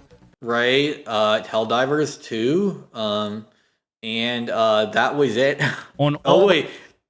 Stellar Blade as well. That's the funny thing. Stellar Blade, I don't think they can do anymore, but Stellar Blade and Helldivers 2 are the ones that did the following. Helldivers 2. Right, and then where's Stellar Blade? These are the only 2 that did it. Star Wars Outlaws, what is a bait and switch that offered a good game? Concord offered its existence. I guess. Where's the bait and switch with these, right? Like Dragon Age Fieldguard, what they offered fun? What are we talking about here? The only one was Helldivers 2. Star Wars Outlaws, Concord. And finally, Dragon Age, I think the Veilguard. Win, right? And the worst bait and switch for 2024, with 42% of your vote, goes... They didn't even do it. This is the only bait and switch, though. None of the things they promised in Dragon Age, outside of quality, I guess, were false. The same with the Concord and Star Wars Outlaws. The games just sucked. They weren't bait and switches. They just sucked, right? Helldivers 2 had a bait and switch with partially with but not even like the politics on the Discord server really is that big. Like a lot of, they were saying they wouldn't nerf and all that. They ended up doing a lot of that, right? This is a bait and switch. You can also like tell that a lot of the people did know it's a bait and switch. This is the actual bait and switch of the year, right? This and maybe a bit of Stellar Blade because I don't know, I guess Grums got mad at it for that, but like these aren't bait and switches. What like unless you're saying, oh, they promised a good game, okay, but like that's a subjective. Maybe they thought it was good. This objectively, they lied. These they didn't lie. They were just wrong on their answer, right? Like they said Concord is a good game, yeah, but they were wrong on the answer though. Okay, that's not a lie. That's just them being wrong. Their opinion of their game was not correct and it was clearly proven incorrect. But that's not a lie. This is the only game that lied. I think it's the only game that lied this year at all, really. Like Stellar Blade, it's like the Grum shit. Like, so maybe we could kind of pass on that. But really, like, they didn't lie. Grums lied about them lying. And, to grift with the petition that some people unfortunately paid for. So, yeah. I get what, like, people are like, oh, but the petition is free. You don't have to pay for it. Like, the site, the whole thing is free, right? You don't have to pay for it. You shouldn't have to pay for it at all. It's a fucking petition. It's how they work, right? Like, you don't pay for petitions. Like, the votes are like to donate to the cause, right? Yeah, it's a donation. You don't have to pay to Dragon Age. It wouldn't be a donation if you had to pay for it, right? Veilguard. Congratulations. But like the site is all free. To Dragon Age, so, the Veilguard for sucking more dick than Alyssa than a top. Okay, sucking more dick than Alyssa Mercante. All right, but they did bait and switch though. Like, what is the bait and switch? They thought it was a good game and it wasn't, but they didn't lie. They just were wrong. My massage parlor. Presenting the award. They didn't manipulate you. They just the game sucked. Right? Like unless you can prove that they thought the game was actually just dog shit like the rest of the world. You're wrong. It's not a bait and switch. Best RPG. Like that would be the only way that would be a bait and switch. Like the features that we were promised are in there. It's just they suck. Of the Real Game Awards, Mark the Cyborg. Role-playing games let us shape our stories and explore rich worlds filled with adventure, customization, and discovery. Your nominees for Best RPG in 2024 took us on unforgettable journeys, and your nominees are Final Fantasy VII. All right, Metaphor Rephantasmo? Nah, not really. But like this would be best story, I think. But like, what?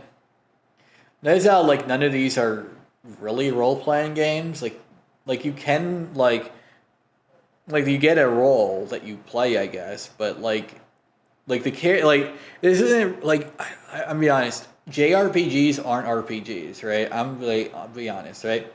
RPGs would be like you have to get in character to play, right? It's like a Western RPG because you create a character. It is basically you are playing you, right?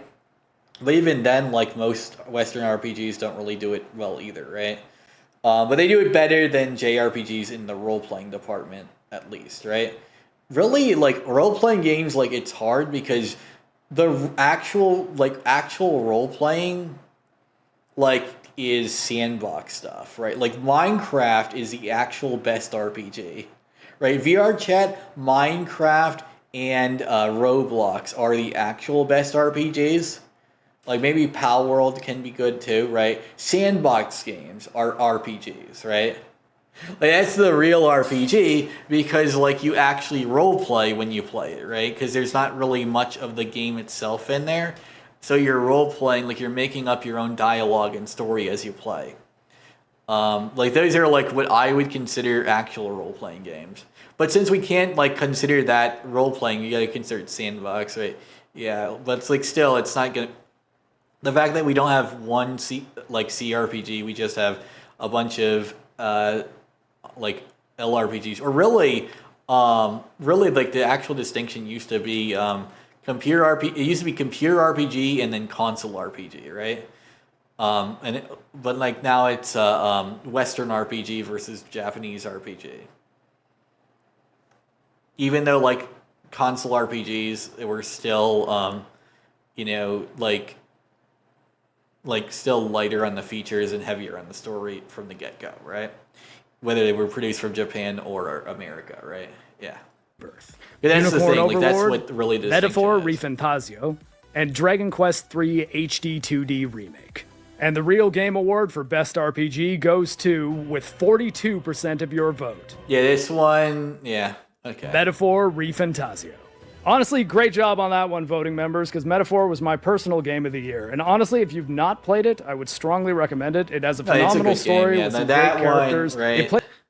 That one is god tier. Similarly to Atlas's Persona games, but with a lot more tactical depth, so there's a little more strategy you can work in there. And the setting isn't... Well, I mean, that's like, yeah, so it's more strategic than Persona. So Shin Megami Tensei, like, are you forgetting that, like, that they already did that? It's called Shin Megami Tensei. A modern day Tokyo thing, like also the Persona games are. It's a high fantasy world with dragons and sorcery and all sorts of really cool stuff. You should really check it out. It's a lot more than dragons and sorcery and all sorts of really cool stuff. But it is a thing you can say, yeah. Presenting the award for Best Action Game, editor of Clownfish TV, like Neon. Action games are at the heart of gaming, delivering fast-paced gameplay, epic moments, well, there's nothing fast-paced or epic about this and animation, unforgettable set pieces. The nominees for Best Action Game gave us the adrenaline rush we... Why is it like that this guy is looking like he's just sucking his, like, doing the dick sucking method? Craved in 2024. And just, like, your blowjob nominees are Stellar Blade, Black Myth Wukong, okay, yeah, Stellar Blade, Warhammer 40K obviously. Space Marine 2, Final Fantasy VII Rebirth. Again, like, FF7 Rebirth and Indiana Jones, why are they here? Like, Indiana Jones in the Great Circle is, like, a fun game, but, like, why is it here? And Indiana Jones and the Great Circle. And the Real Game Award for Best Action Game goes to... Why is this here? Why was this in story, right? Why is this here and not only in RPG, right? With 34% of your he lost, vote, obviously, but like, why was Stellar it there? Blade. Thank you so much. And why was like the bait and switch? Like the only bait and switch was the good game. For letting me announce the award, guys. And it didn't win either. This has been Neon. They did from almost win. Like, some people did have common sense with that to say, wait, there was nothing really promised with Dragon Age Veilguard. It just sucked. Fish TV, we will talk later. Not every great game comes with a high price tag. The nominees for Best Value gave us great experiences without breaking the bank, proving that excellent gameplay doesn't have to come at a premium price. Well, yeah, absolutely. Like, microtransactions for AAA games are horrible. That's why Ubisoft sucks. And your nominees for Best Value are Warhammer 40K Space Marine 2. Pal World. Absolutely. 100%. First Ascendant, literally the worst. Game is fun, but like, this is literally the like First Descendant. Fortnite and Power. Like, it's got... Like, Fortnite is just below, just above First Ascendant. The Real Game Award for Best Value goes to, with 41% of your... Like, this is where, like, this is what matters here, right? This is what matters here, right? Like, more votes. Like, this one is still going strong, by the way. So, like, even if, like, the game itself didn't offer so much already, it's getting better. This one, as far as I know, it was pretty static. It was just very good at the beginning, and still is. This one, it got better. Like, it just got better. Power World. It's kept getting better. It's still getting better. Good luck with that lawsuit against Nintendo. They're gonna win. I thought, didn't the lawsuit already finish? And I thought, like, the lawsuit finished, and like the thing that they had to do was they just turned them into stands instead of having you throw it out. Like, you still capture them, but you just, when you like throw them out, they just like they're just like a stand. Like, they're like, Aura, like, that's what they do right now. Let's play an NES game, something I've never played before. Yeah. Hey, what's this? Yeah, they have to do a couple cameos here. It's got my name on it? Just when I thought I played every frustrating, ball-busting, rage-inducing game. Also, back when shitty games were ungodly shitty, right? It's very rare that we get an actual shitty game that's ungodly shitty. Like, they had to shit on a Dustborn, which was literally like a government-funded indie game. They couldn't actually make a game that was as bad as the shit he used to play. That's the funniest bit. There were no games that were as bad as his era that were like, you know, like, because back then it would be a AAA company would do that. Now it's like Angry Video Game Nerd, just funded by the like. It's like that spells like dog shit all over it, right? Let's see what you got. And it doesn't just look like an 8-bit game; it is an 8-bit game made for actual NES hardware. Talk about going back. Yeah, very to the past. Good, right? It's got all the usual customers: zombies, skeletons, disappearing platforms, you name it. Yeah, and of course, they're all good. Everything wants to kill you, especially the bosses. They're big, they're bad, and they're ugly. Some of these enemies I've faced before. Yeah, coming back to haunt me. This is personal. Dr. Jekyll and Mr. Hyde. Yeah. That's the thing. Dr. Jekyll and Mr. Hyde isn't even that bad of a game. But there are some absolute fucking stinkers, right? That he has played. I feel like that's the thing. His early show was like popular games that were just not that great. But as he went on, he played some absolute yeah! Like, I feel like I caught something watching him play it, is what I mean. But you know what? This is no ordinary NES game. Like Cheetah Man was like a good one for that. This is my NES game. Angry Video Game Nerd 8-bit. Coming soon to the original Nintendo Entertainment System. On a real cartridge. And oh yeah, and the Nintendo Switch. PlayStation, you know, Xbox, PC, and wishlisted on Steam.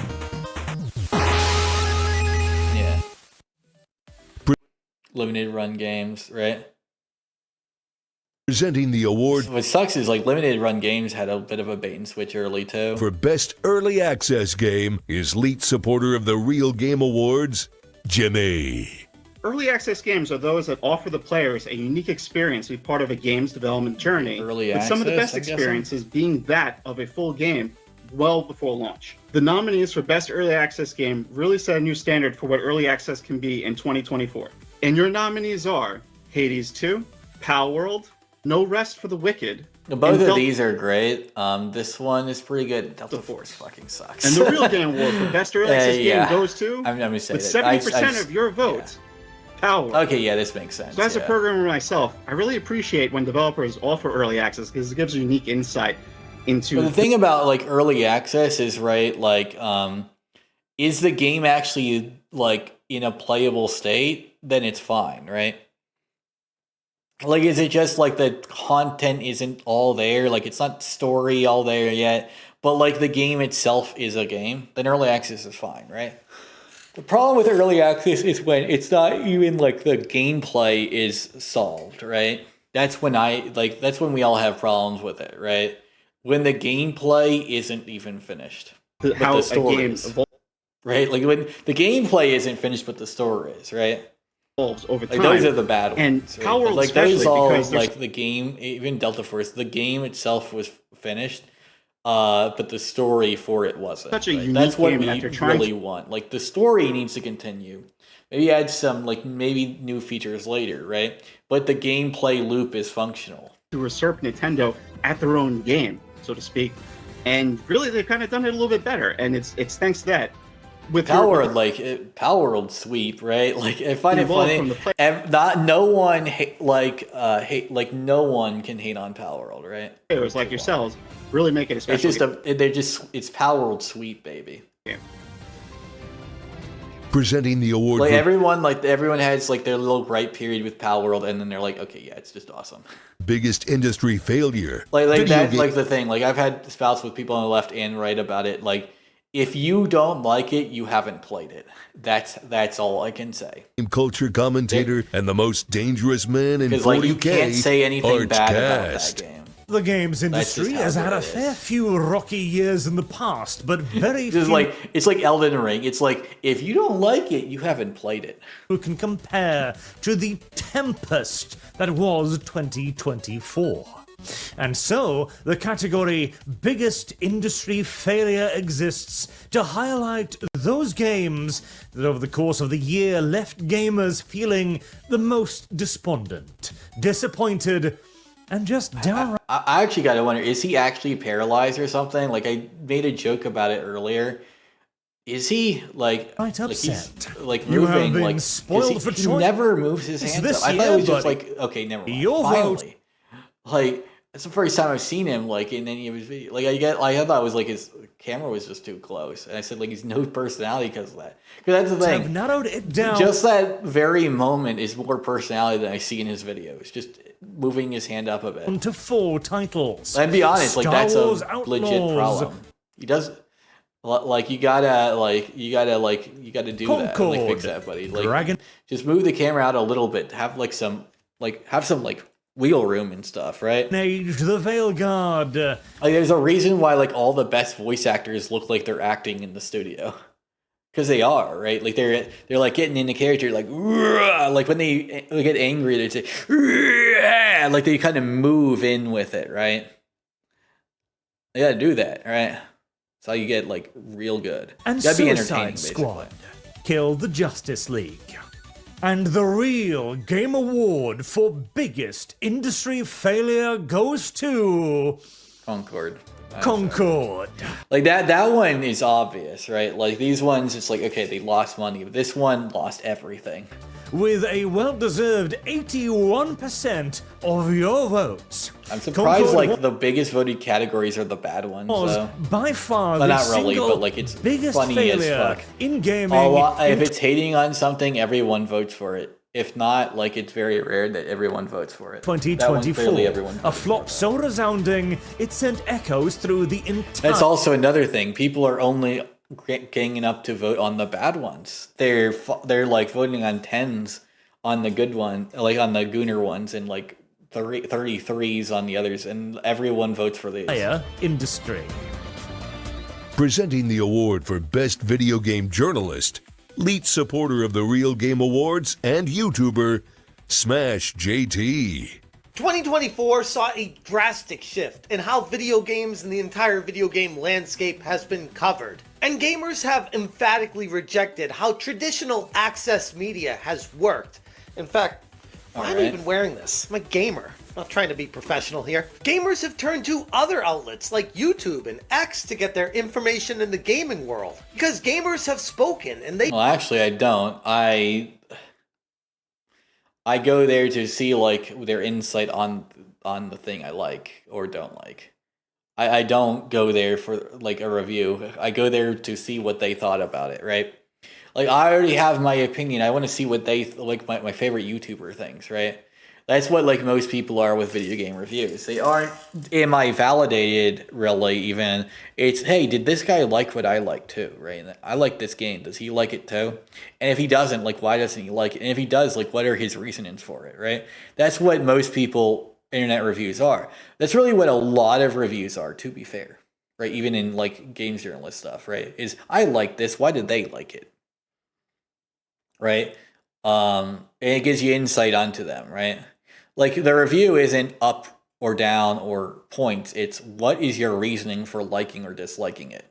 They feel like it comes from authentic voices. This year's nominees definitely reflect that and should send a major signal. I think it comes from more authentic voices, but not games authentic. Industry about how gamers. I mean, we already saw like some of the best like game reviewers that clearly weren't authentic. I mean, Completionist, wasn't that this year? Like wasn't that this year? Like one of the biggest game reviewers was just a fucking piece of shit. Their news. And your nominees are Savvy. Hey, Savvy won. I think Kirsha and Savvy are like the only ones who like earned a vote. And Endymion. And the Real Game Award for Best Video Game It would have Journalist been. I remember like people were saying it would have been funny if John Trent won. goes to with 33%. He was not gonna win. Like Endymion, Kirsha, and Savvy were the ones that had a chance to win. It's not even like, oh, the drama like happened close. No, that it didn't really. The reason why is just compared, right? Like these three actually are like. Now Endymion isn't a good journalist. He does a lot of lying and manipulation tactics. I feel like Kirsha does more, and Savvy do deep dives better, right? Like Endymion, it's like, I have a source. Okay, can you name the source? No, I never. And it's always like that, right? I have an insider, right? No, you don't have an insider. You used pattern recognition on a shitty game. You saw the shitty things that a lot of shitty games have had in the past 10 years. And you said, okay, and then you make up an excuse for it being beyond that. No, you don't have that insider. Of your vote. Well, you can just say, I use my brain. like someone like a good way to say it, right? You don't have to like do anything more than I use my brain tonight. Savvy. I want to personally congratulate Savvy for winning this award in the inaugural year of the Real Game Awards. Like Savvy actually, like I feel like it was very stiff competition, and every single one of not really. I mean, I feel like it these wasn't nominees stiff at all. honestly kind of deserved it, but Savvy stood out above the rest of them because of, I don't know, I gotta be honest and say just how incredibly autistic she is. Yeah, she does deep dives. Kirshay and her do deep dives very well. Deep dive. That's the thing, right? I don't hate everyone involved in here. My point of this really is that when your first impression is like certain things, people don't like it, right? And that's the thing. Like they want people to have a better impression. People are going to go by their first impression. Like Elon Musk, right? No one likes Elon Musk because their first impression is, okay, if I do something that's cooler than him, he'll call me a pedophile and harass me on social media till the end for like a year. And like the only way to stop it is to win a lawsuit against him, right? It's like with Amani Khalif and like the guy like I'm talking about like now, right? With in 2018, there's a firefighter that rescued kids from like legit. They rescued kids, like legit, full on, just little kids were trapped in a cave, and he rescued them. But because Elon Musk wanted to try like some weird rocket powered bullshit, and didn't get to because the dude rescued them already, and he wasn't able to invent it in time for that to happen. Elon Musk called him a pedophile because he would rather have kids die than test it when they don't need to test it. Like that's another thing. You could just tested it after anyway to see if it would have still worked, but he decided not to. He decided to call the guy a pedophile and stop. Which I'm like, dog. Like at that point, you have no intention of saving the kids. People don't care about like the invention. They care about the kids being saved. They care about the invention as a way to help later, right? Right? But in the moment, they don't care about like getting the invention done beforehand. If there's a way to save them then, they'll take it. And they did. And he got mad and called the guy who saved them a pedophile for it. And the reason why he called him a pedophile, right, is because they gave the kids drugs to keep them asleep because, it's a scary situation. They have to go underwater. So they had to like basically put them in a state of like sedition so they wouldn't drown. And that's why he called him a pedophile, by the way, because he saved their life with like stuff that if he wasn't like that thing, like yeah, you can use these things to date rape. That doesn't fucking matter, right? Like they're that's not the purpose they are in this situation. The purpose was, hey, these kids will like if we rescue them now, they'll fucking like breathe like heavy and then they'll drown to death. Right? So he decided, hey, let's sedate them a little bit, make them so they don't breathe hyperventilating, so we can get them out of there. He did it. Done. Got caught a pedophile for it though. And that's really the thing. If you're not fucking kids, stop calling it a pedophile. Like that's the thing. Like Razor Fist is like ultimately like the worst part about it. He fucked a kid.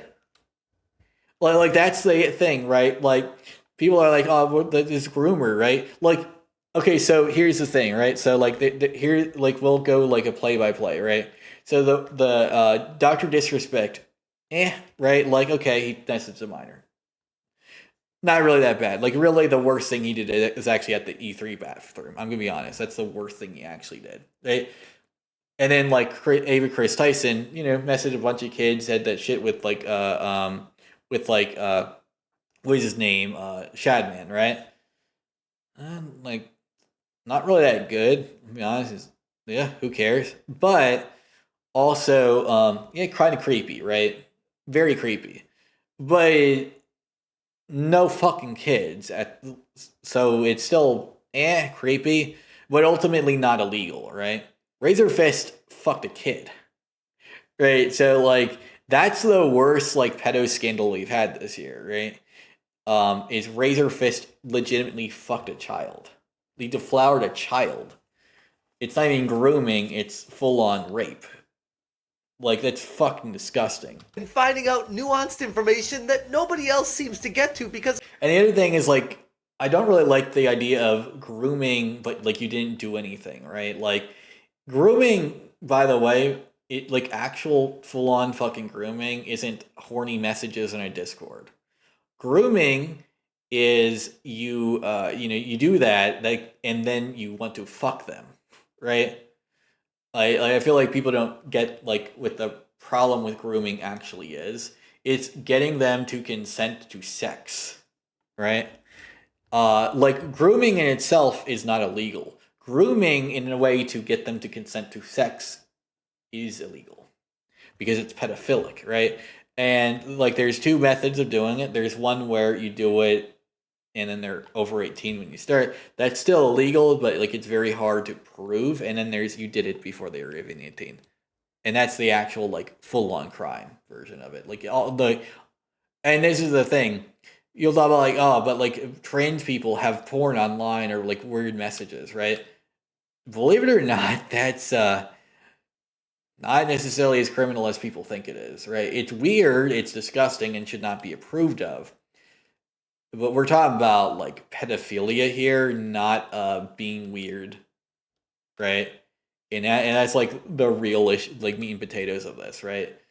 Craig, like Razor Fist wasn't just weird to a kid. He was fucking the kid. For dedication and getting into those nitty-gritty details that most people in the logical world stop before they get to the resolution. So congratulations again to Savvy. You deserve this, and I am so excited for you. That's another thing. Like, the positive ones I like, right? Like Savvy winning the positive award and stuff. That was cool. Now right? presenting the award for worst Hirsch's award for, like, best husband was fun to watch, right? I feel like that's the thing. The negative awards don't do much for me. I like video the game positive journalist, better, right? founder of the third biggest Steam group in history, DEI detected, Cabrutus. The Cabrutus is doing, like, the worst game right? journalists represent the most baffling takes and the most out-of-touch journalists that we have in this industry, showcasing that. Yeah, he is boring, but, like, he's not. Doesn't matter how good of a like, he's not a professional YouTuber, you are. Really. That's the thing. You can still be entirely out of touch with what gamers want from this industry. And your nominees are Nick. Like, the thing is, like, with him, the best thing he could do is like ASMR. Landra, really. Paul Tassi, Alyssa Mercante, and this Rebecca one's Valentine. obvious. It's and the Rio Game Award for the worst The thing is, though, I feel like she's just a troll, though. Like, that's my thing, right? Like, I feel like Paul Tassi is an actual journalist, and therefore the worst of the journalists. Alyssa Mercante's job is to troll, right?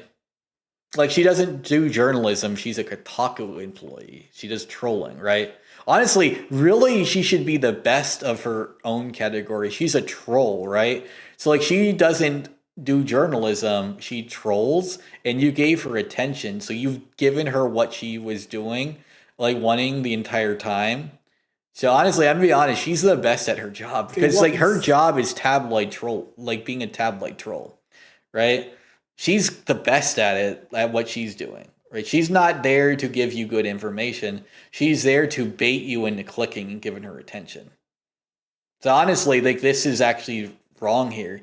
Because she's not a journalist, it would be probably Paul Tassi or Nicolanda, right? Like, she's not really a journalist, right? She actually legit is a troll. You're giving her attention, she's winning. 76. Like, you're still giving her attention. She's still winning right now. Your vote, and to no one's surprise, Alyssa Mercante. Yeah, but she's not a developer. I mean, a journalist, though. She's unfortunately this industry you're feeding a troll. You realize that, right? She is. You are her pay piggy, Cabrutus. Filled up with people. You are giving her money, Cabrutus. How do you like knowing that you are giving her money in a fine-done relationship where by giving her money she insults you, Cabrutus? How do you like that? Like you are in a sexual cuckold relationship where she insults you, and you pay her for it. Alyssa Mercante. I'll be honest, like that's what that is. She's a troll, not a journalist. So you're already failing by talking about her. Even like or play video games. Like she isn't a journalist. That's why you ignore her, right? Like Paul Tassi, Nick Calandra, and I don't know about Rebecca. I don't know much about her, but like Nick Calandra and Paul Tassi are journalists. Like Jason Schreier would probably be like a better one to just use here it, right? You know what I mean? Like Jason Schreier is a journalist. Like Anita Sarkeesian, right? Although I guess like she hasn't been relevant in a while, but like Anita Sarkeesian is a journalist, right?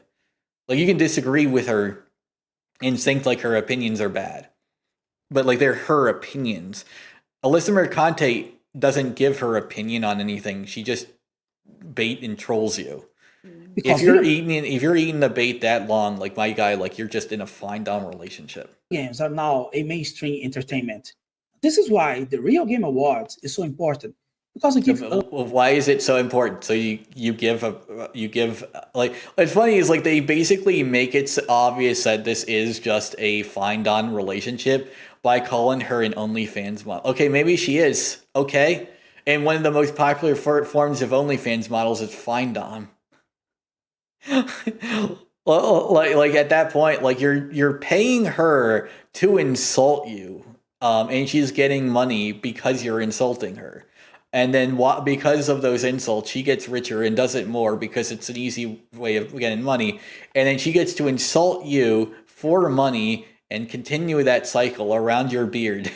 Sorry. It's like just drawing a circle. That's just me having fun. Like that's not an insult, by the way. That beard is awesome. It's like I will give him credit where credit is due. That beard is awesome, but you did just fall for a troll. In all of this.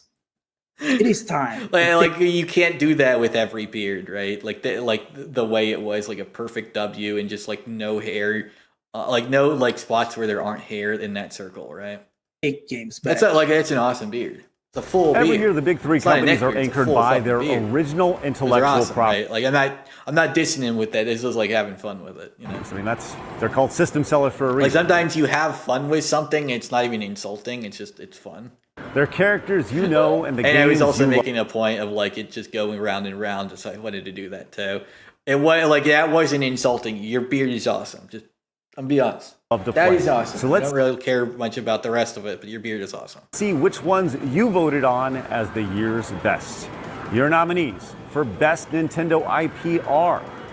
This is the worst part. Craig, you're even giving the word out. Oh shit! I forgot that. Zelda? Where's Metroid, Craig? You know it should be there. You know it should be there. You know it deserves to win. Never mind it should be there. You know it deserves to win. Like, fuck out of here. You want to avoid bias bullshit. Put Metroid on there, motherfucker. Pussy. Pokemon. Oh, you know Metroid is. Like, you literally squeed at Metroid Prime 4. You're creaming your pants last year, Craig. Don't act like it's not supposed to be here. And the Real Game Award goes to, with 55% of your vote. Yeah, I understand like Zelda winning. You know what? Zelda probably won because Metroid wasn't on there though, Craig. You know, now you got to start thinking, what if I put Metroid on there? Maybe it would have won. Zelda. It probably wouldn't have, but it would probably have been like higher than Splatoon at least.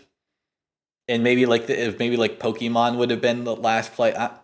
That's the other thing. Pokemon's been doing pretty bad lately. And your nominees for Best Microsoft. I think like Zelda would have still won because Zelda's had like the most like good games recently. Like Metroid had Dread, which was awesome, but that's about it. PR. Minecraft. Like it's hype for the future, not hype for right now. Also, yeah, Synthetic Man made this joke. I'm gonna make it too. Just purchase your IP.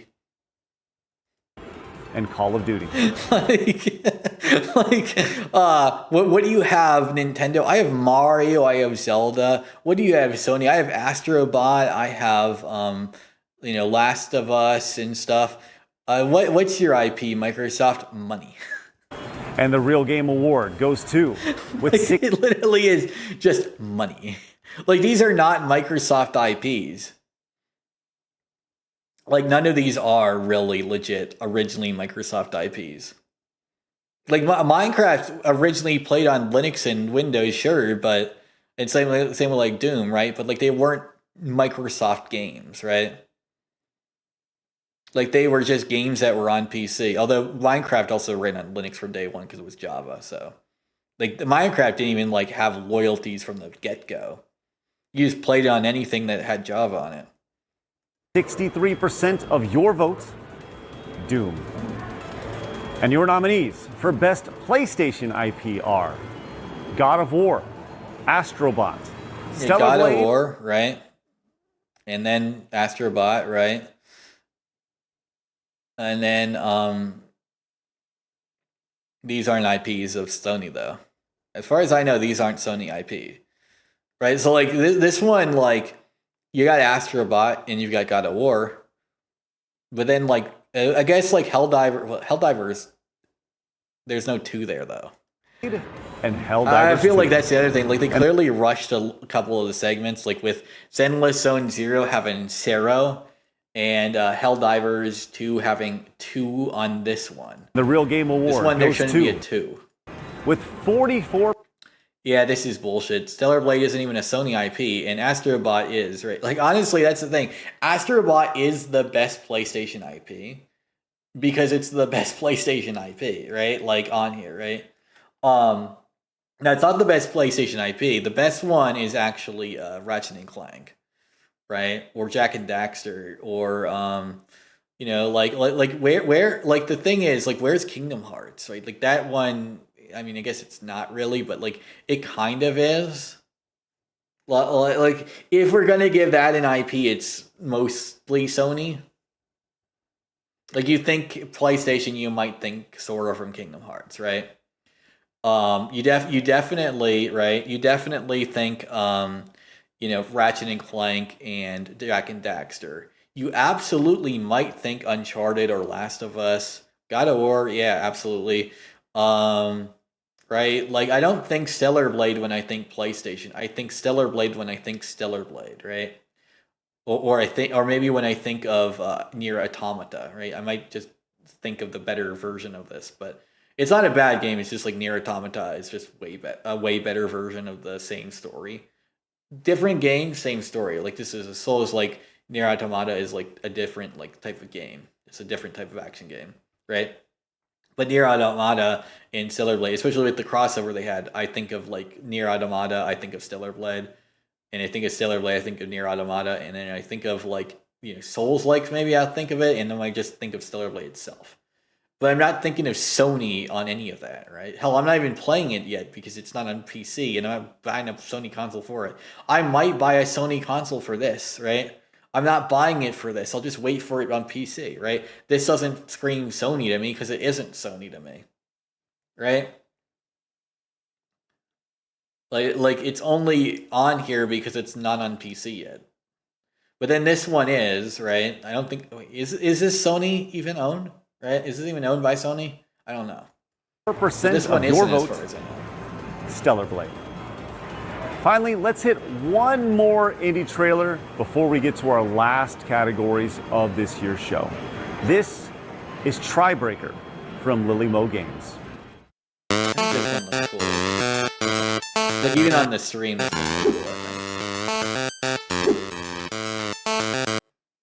Also, Chris Raygun. Hey, Chris Raygun. Alright.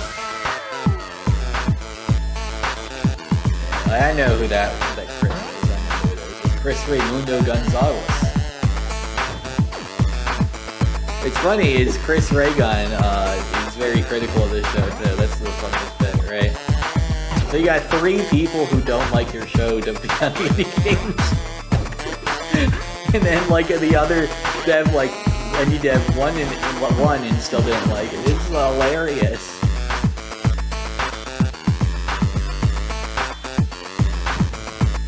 This is the most hilarious bit. Like pretty much every indie game like that, whether like one or was featured as an ad, except AVGN himself. It's like what?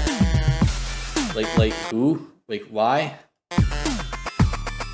I thought like Chris Raygun is epic though. Chris Raygun is like the original anti-SJW channel, but like he was like anti-SJW for like not for like like corporate stuff or anything like that. Even like he was just anti-SJW for the behavior, right? He didn't like whining and shit all the time. Presenting the award for best jiggle He's physics. like Chris Raygun also made fun of Az, obviously, because that's his version of anti-SJWism. It's not political, it's behavioral, right? So like Az, he's like pronouns, basic fucking English, first grade fucking lessons required to beat the game, and like I'm like, yeah, dog. Like, we're making fun of that. I get, like, that, you know, you had a point there, and, like, you're getting a wrestling character mode, but, like, we don't care. Like, that's what people who don't know who you are seeing that. They're seeing a morbidly obese creature complain about first grade English being in an RPG. Right? Like, that's their first experience with ass. Like, yeah, he's like, oh, they don't know me. Like, yeah, they're not going to know you because that was their first experience. They shut you off of their winner mind of tonight's Real Game Award for Best Gaming Journalist, Madam Savvy. Thank you so much, everyone, for voting me as your top journalist for the past year. In truth, I just enjoy digging through fair, like, I feel like Savvy actually does deserve that regardless, like, even if we take off woke or anti-woke, right? And making it's like she does, like, deep dives, as they said, right? Like, she's, like, does icebreaker videos. I feel like she's the only one on this, like, sphere at all that does them. Understand the industry that we all know and love. Like, they're like, you know, she's basically icebreaker queen, right? So, like, yeah, obviously she won. I'm honest, like, how did she even have competition? That's what I want to know. I do enjoy some of the finer details. Well, like, of the lists that they had, she's, like, above them in every way. Like, if we are going to have someone beat her, right, it has to be someone else who does deep dives. So, like what? Is she competing with Fat Brett? Oh, no, she's competing with, like, these losers. Okay, she won then. Life. Yeah, especially the ones that don't have to be like, once you're doing icebreakers, unless it's, like, Tail Foundry or something, like, she won, right? Like, you gotta like, no, like, she is the best that they have by far because of the content she does. Make for such a titillating experience. Gaming isn't just about mechanics, it's also about visual storytelling and creativity. And this particular category highlights just that. Right. These are your nominees for Best Jiggle Physics. All right. So I will say this. There are none in First Ascendant. Zenless Zone Zero is the best. Stellar Blade has some cool it has them, and so does Lollipop Chainsaw Repop. But Zenless Zone Zero is jiggle physics. Like, if we're gonna go with soft body physics everywhere, this is literally everything that can have soft body has it. So the toes, the toes have soft body in this game, right? They're fucking toes. You're telling me Stellar Blade has better soft body physics than Zenless Zone Zero? Get the fuck out of here, right? Like, the only thing that has better soft body physics than Zenless Zone Zero is Macro VR Simulator, and that is a porn game. That where you literally lick toes, and they have soft body mechanics on the toe licking. Okay, that is the only thing more jiggle physics than Zenless Zone Zero. This is not in any way near as deserving as this. I am passionate about this too. Zenless Zone Zero mollywops everything on here. This is the best jiggle. This is the best soft body in gaming fucking history. Fuck you for thinking Stellar Blade had a chance. Zenless like, I don't Zone think you give it the Zero? win. Like, I don't even think it had a chance. You gave it the win. But giving it a chance against this was already where you failed. This is jiggle physics of the game. Fuck you for thinking otherwise. The first You are objectively wrong here. Descendant, Stellar Blade, and Lollipop. You want to goon fucking right, goddammit. Goon a Zenless Zone Zero. This is the Gooner game. Full fucking stop. Everything about this is jiggle physics heaven. Every single aspect, every single movement, every single animation has some form of jiggle on everything that can. Is the best game of jiggle physics ever. I'm just like getting to like a character there. Because yeah, like that one is jiggle physics. Like what the fuck are you on with any of these? Like get fucking real. None of these compete at all. Okay? Like come back when like the fat pads on the fingers move.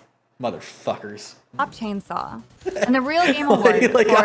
I'm serious. Like anything that has fat pad, like anything soft, like fat pads or anything, they all have jiggle in some way. And so like hair as well, right? Any cloth has it. That is jiggle physics again. Best jiggle physics with 72% of like, your like they vote. have tits and ass. This game has toe pads. The fuck you on? Stellar Blade. Art truly imitates life in Zenless 2024's hottest release, and we couldn't be more gracious to the developers for sharing their story, their vision, and their creativity. Like that just proves that people don't actually know what the word means, right? Like so if you look at soft body dynamics and anything else, like it's like okay, like Zenless Zone Zero is literally like not just like figuratively, soft body physics porn. It is soft body physics porn, literally too, because it's very like pornographic with the way it does it. But like, yeah, that is soft body physics to a fucking toe pad. There we go. Yeah, like everything that can have soft body has it, right? Physics mechanics are handcrafted carefully by creatives. Handcrafted as well. Like no, that they're never handcrafted. They're hand coded. All over the world, and it takes a little bit of extra special effort to put these into video games. These are kind of subtle, like they got the subtleties, but like it's my hope that you'll actually tag some of your favorite artists today, or possibly in the future, and give them a little bit of love and thanks for all the hard work they do. Clear. They really it's do make it's solo Stellar Blade's whole verse on that category. this world a much more colorful and vibrant place in a way that no other it's like power scale. It solos the whole verse. really can. Yeah. So please spread some love. It does, love. though. I mean, to be fair, it does that with every game. Right? There's no game that I know of besides like hardcore porn games. They're literally just a fetish that have anywhere near as much soft body as Zenless Zone Zero does. Very special. It's like Zenless Zone Zero. The best way to describe it is Zenless Zone Zero is the best soft body you can get without it not just not being a game anymore. Presenting the award for shitty ass game of the year, internet icon and the angriest gamer you've ever heard, the Angry Video Game Nerd. This one, great. Another award show. This one's called the Real Game Awards. I mean, come on. What, like the real Ghostbusters? Were there fake ones? I mean, that makes no fucking sense. Real clever, Craig. Anyway, they asked me to present the award for the shitty-ass game of the year. And if there's one thing I know better than good games, it's shitty games. So these ones are nominated by you, the fans. Let's get to it. So the nominees for the shitty-ass game of the year are Concord, Dragon Age The Veilguard, Dustborn. I know for a fact he never played Dustborn. That's the funny thing about this. Like, Craig, I don't think AVGN even plays games anymore, right? Like he's just that old. Like he's just that like not online anymore. I don't think he even plays games anymore. Like he's like my doofy ass. Like my doofy ass uncle is literally him, right? Like I know AVGN in real life. He's my uncle. Like he's not, but like my uncle is literally him in real life. He's an old father who's just spending time with his kids now. Barely has any online presence. Is kind of balding too. Also they look exactly the same too. Like if you see a picture, you'll see the resemblance, right? I like another thing though, right? Like very autistic, very like opinionated, but like also like just there for laughs. It's literally my fucking uncle. Suicide Squad, Kill the Justice League. I actually know because my uncle also had an autistic kid. I don't think like with severe autism. I don't think he had that part in his life, but and the winner. I also don't think his wife is Asian. Like there are differences between him and my uncle, but like there are also a lot of similarities. Is Dustborn. Dustborn, yeah, more like Dustbin. Playing this felt like digging through a dumpster trying to find a Twinkie that expired in 1994. Anyway, thanks for letting me present the Shitty Game Awards, the Real Game Awards. You real assholes. And here, fun enough, that's the PS1 era. We are voting members. And also my birthday. Weird coincidence that the PS1 and the time period that the Twinkie expired on that he mentioned are both things that because there was trivia, by the way, are both things that happen on this show, and it's like my birth year. Game of the year. You suggested games of all sizes and genres. About to be 31. Except card games. Sorry, Velotro. And your 8 nominees for Game of the Year are Astrobot, Black Myth Wukong, Stellar Blade, The First Descendant, Space Marine 2, Zelda X. First Descendant shouldn't be Game of the Year, though. Like, it's an okay game. It's just not Game of the Year material. I feel like this is better than that. Honestly, why didn't this win anything? Like, this one was cool. Of Wisdom. To be fair, they didn't have a puzzle game, right? Like this one, like it's an adventure puzzle. Like to be fair, most Zeldas technically are, but they have action in them usually. But this is like an adventure puzzle game. T7 Rebirth and Unicorn Overlord. And the Real Game Award for Game of the Year goes to, with 31% of your vote, Black Myth Wukong. Like the other thing is like this also proves that a lot of them are casuals because like casual game. Casual game, casual game, casual game, casual game, casual game, hardcore game, hardcore game, right?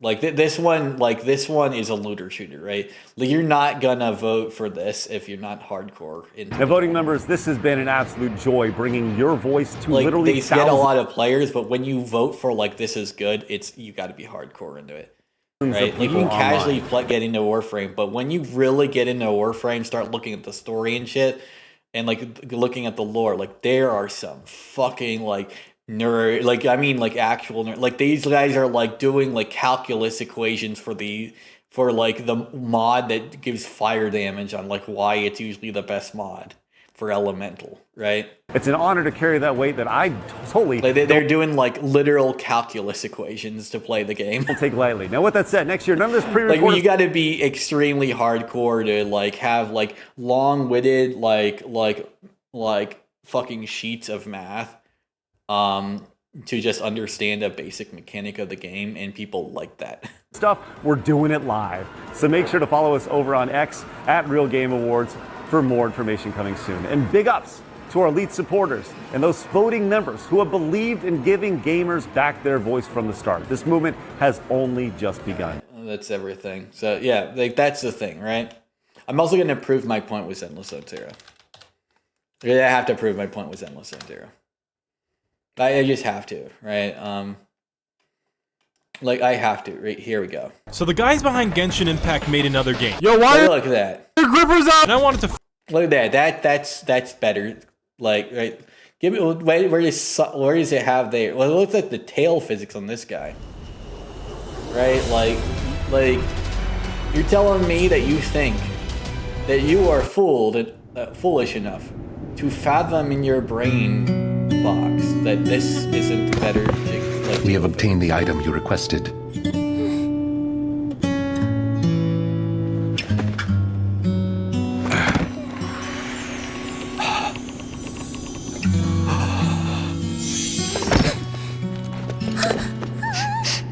It seems this area requires further cleaning.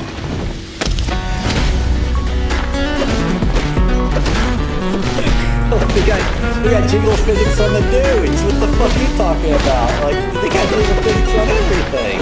His little tail is jiggling, right? Air jiggling, tail jiggling, his fucking jiggling a little bit. What the fuck you guys on? This is it, right?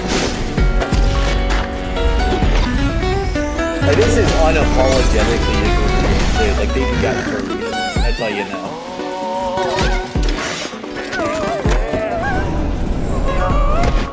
Yeah, he's a fucking butler. In a fucking, like, BDSM outfit.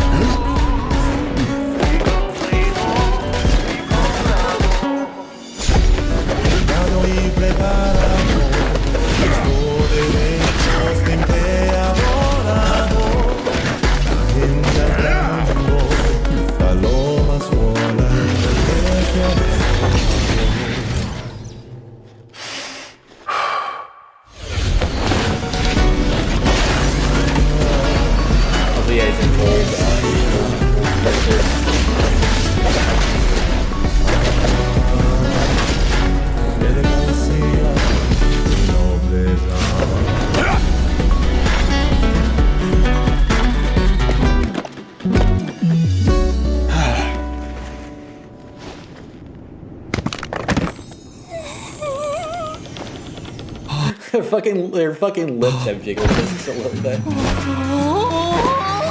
Yeah, like how the fuck did this not win? What do you need? Like if you played this I can barely like take my eyes off of it. Huh? Thank you for using Victoria Housekeeping. We look forward to serving you again. I feel like I know for a fact that this won. Like there is no this wasn't winning. This won. Right? Your voters are wrong here, Craig. Like objectively, they are wrong. If their minds are not changed by seeing like the videos I'm sending, they are incapable of learning. Did you know you can AFK Bloods and Zaya whilst learning to code in Python? Go to boot.dev. To be fair, I feel like they also would have had a husbando from the games, though, to be fair. Or a waifu, too. Like, and like Bernice would win for waifu if that was the case, right? A Poltra, too. It's like they got great jiggle physics everywhere on this game.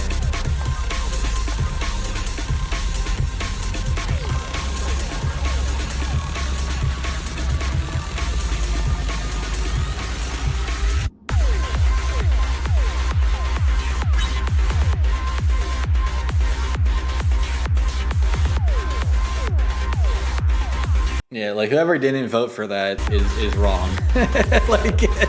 like that should have had 100% of the vote. You got like, not only do you have a lot of gooners, they are amateur gooners. This is champion level gooning. Yeah, I'm like I am. You know what? I can also like game cock block you.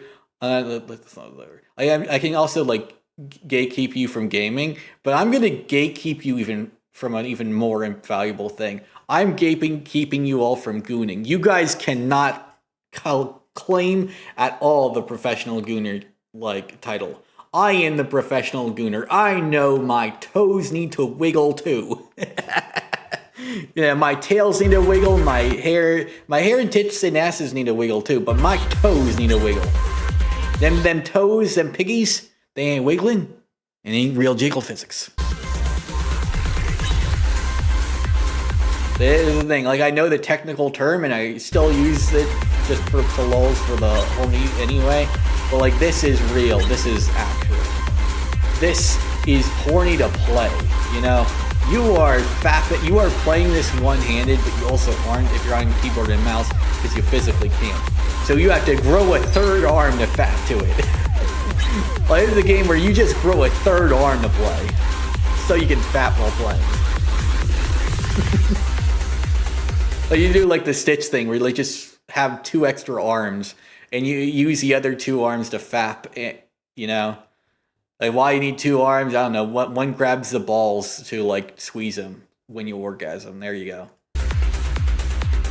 Or maybe you're like into like playing with your hole a little bit. Like that's what this game is. Like you're playing with your hole, you're playing with your balls, and you're playing with like your dick. And you also have 2 other hands that are playing the game. You have to play this game 4-handed. This is a 4-handed game. Can you grow extra hands to play it properly? One Piece Bounty Rush. Like screw one-handed gaming. You're playing this 4-handed. You're growing some. Because you are fapping, but you're growing some to do it.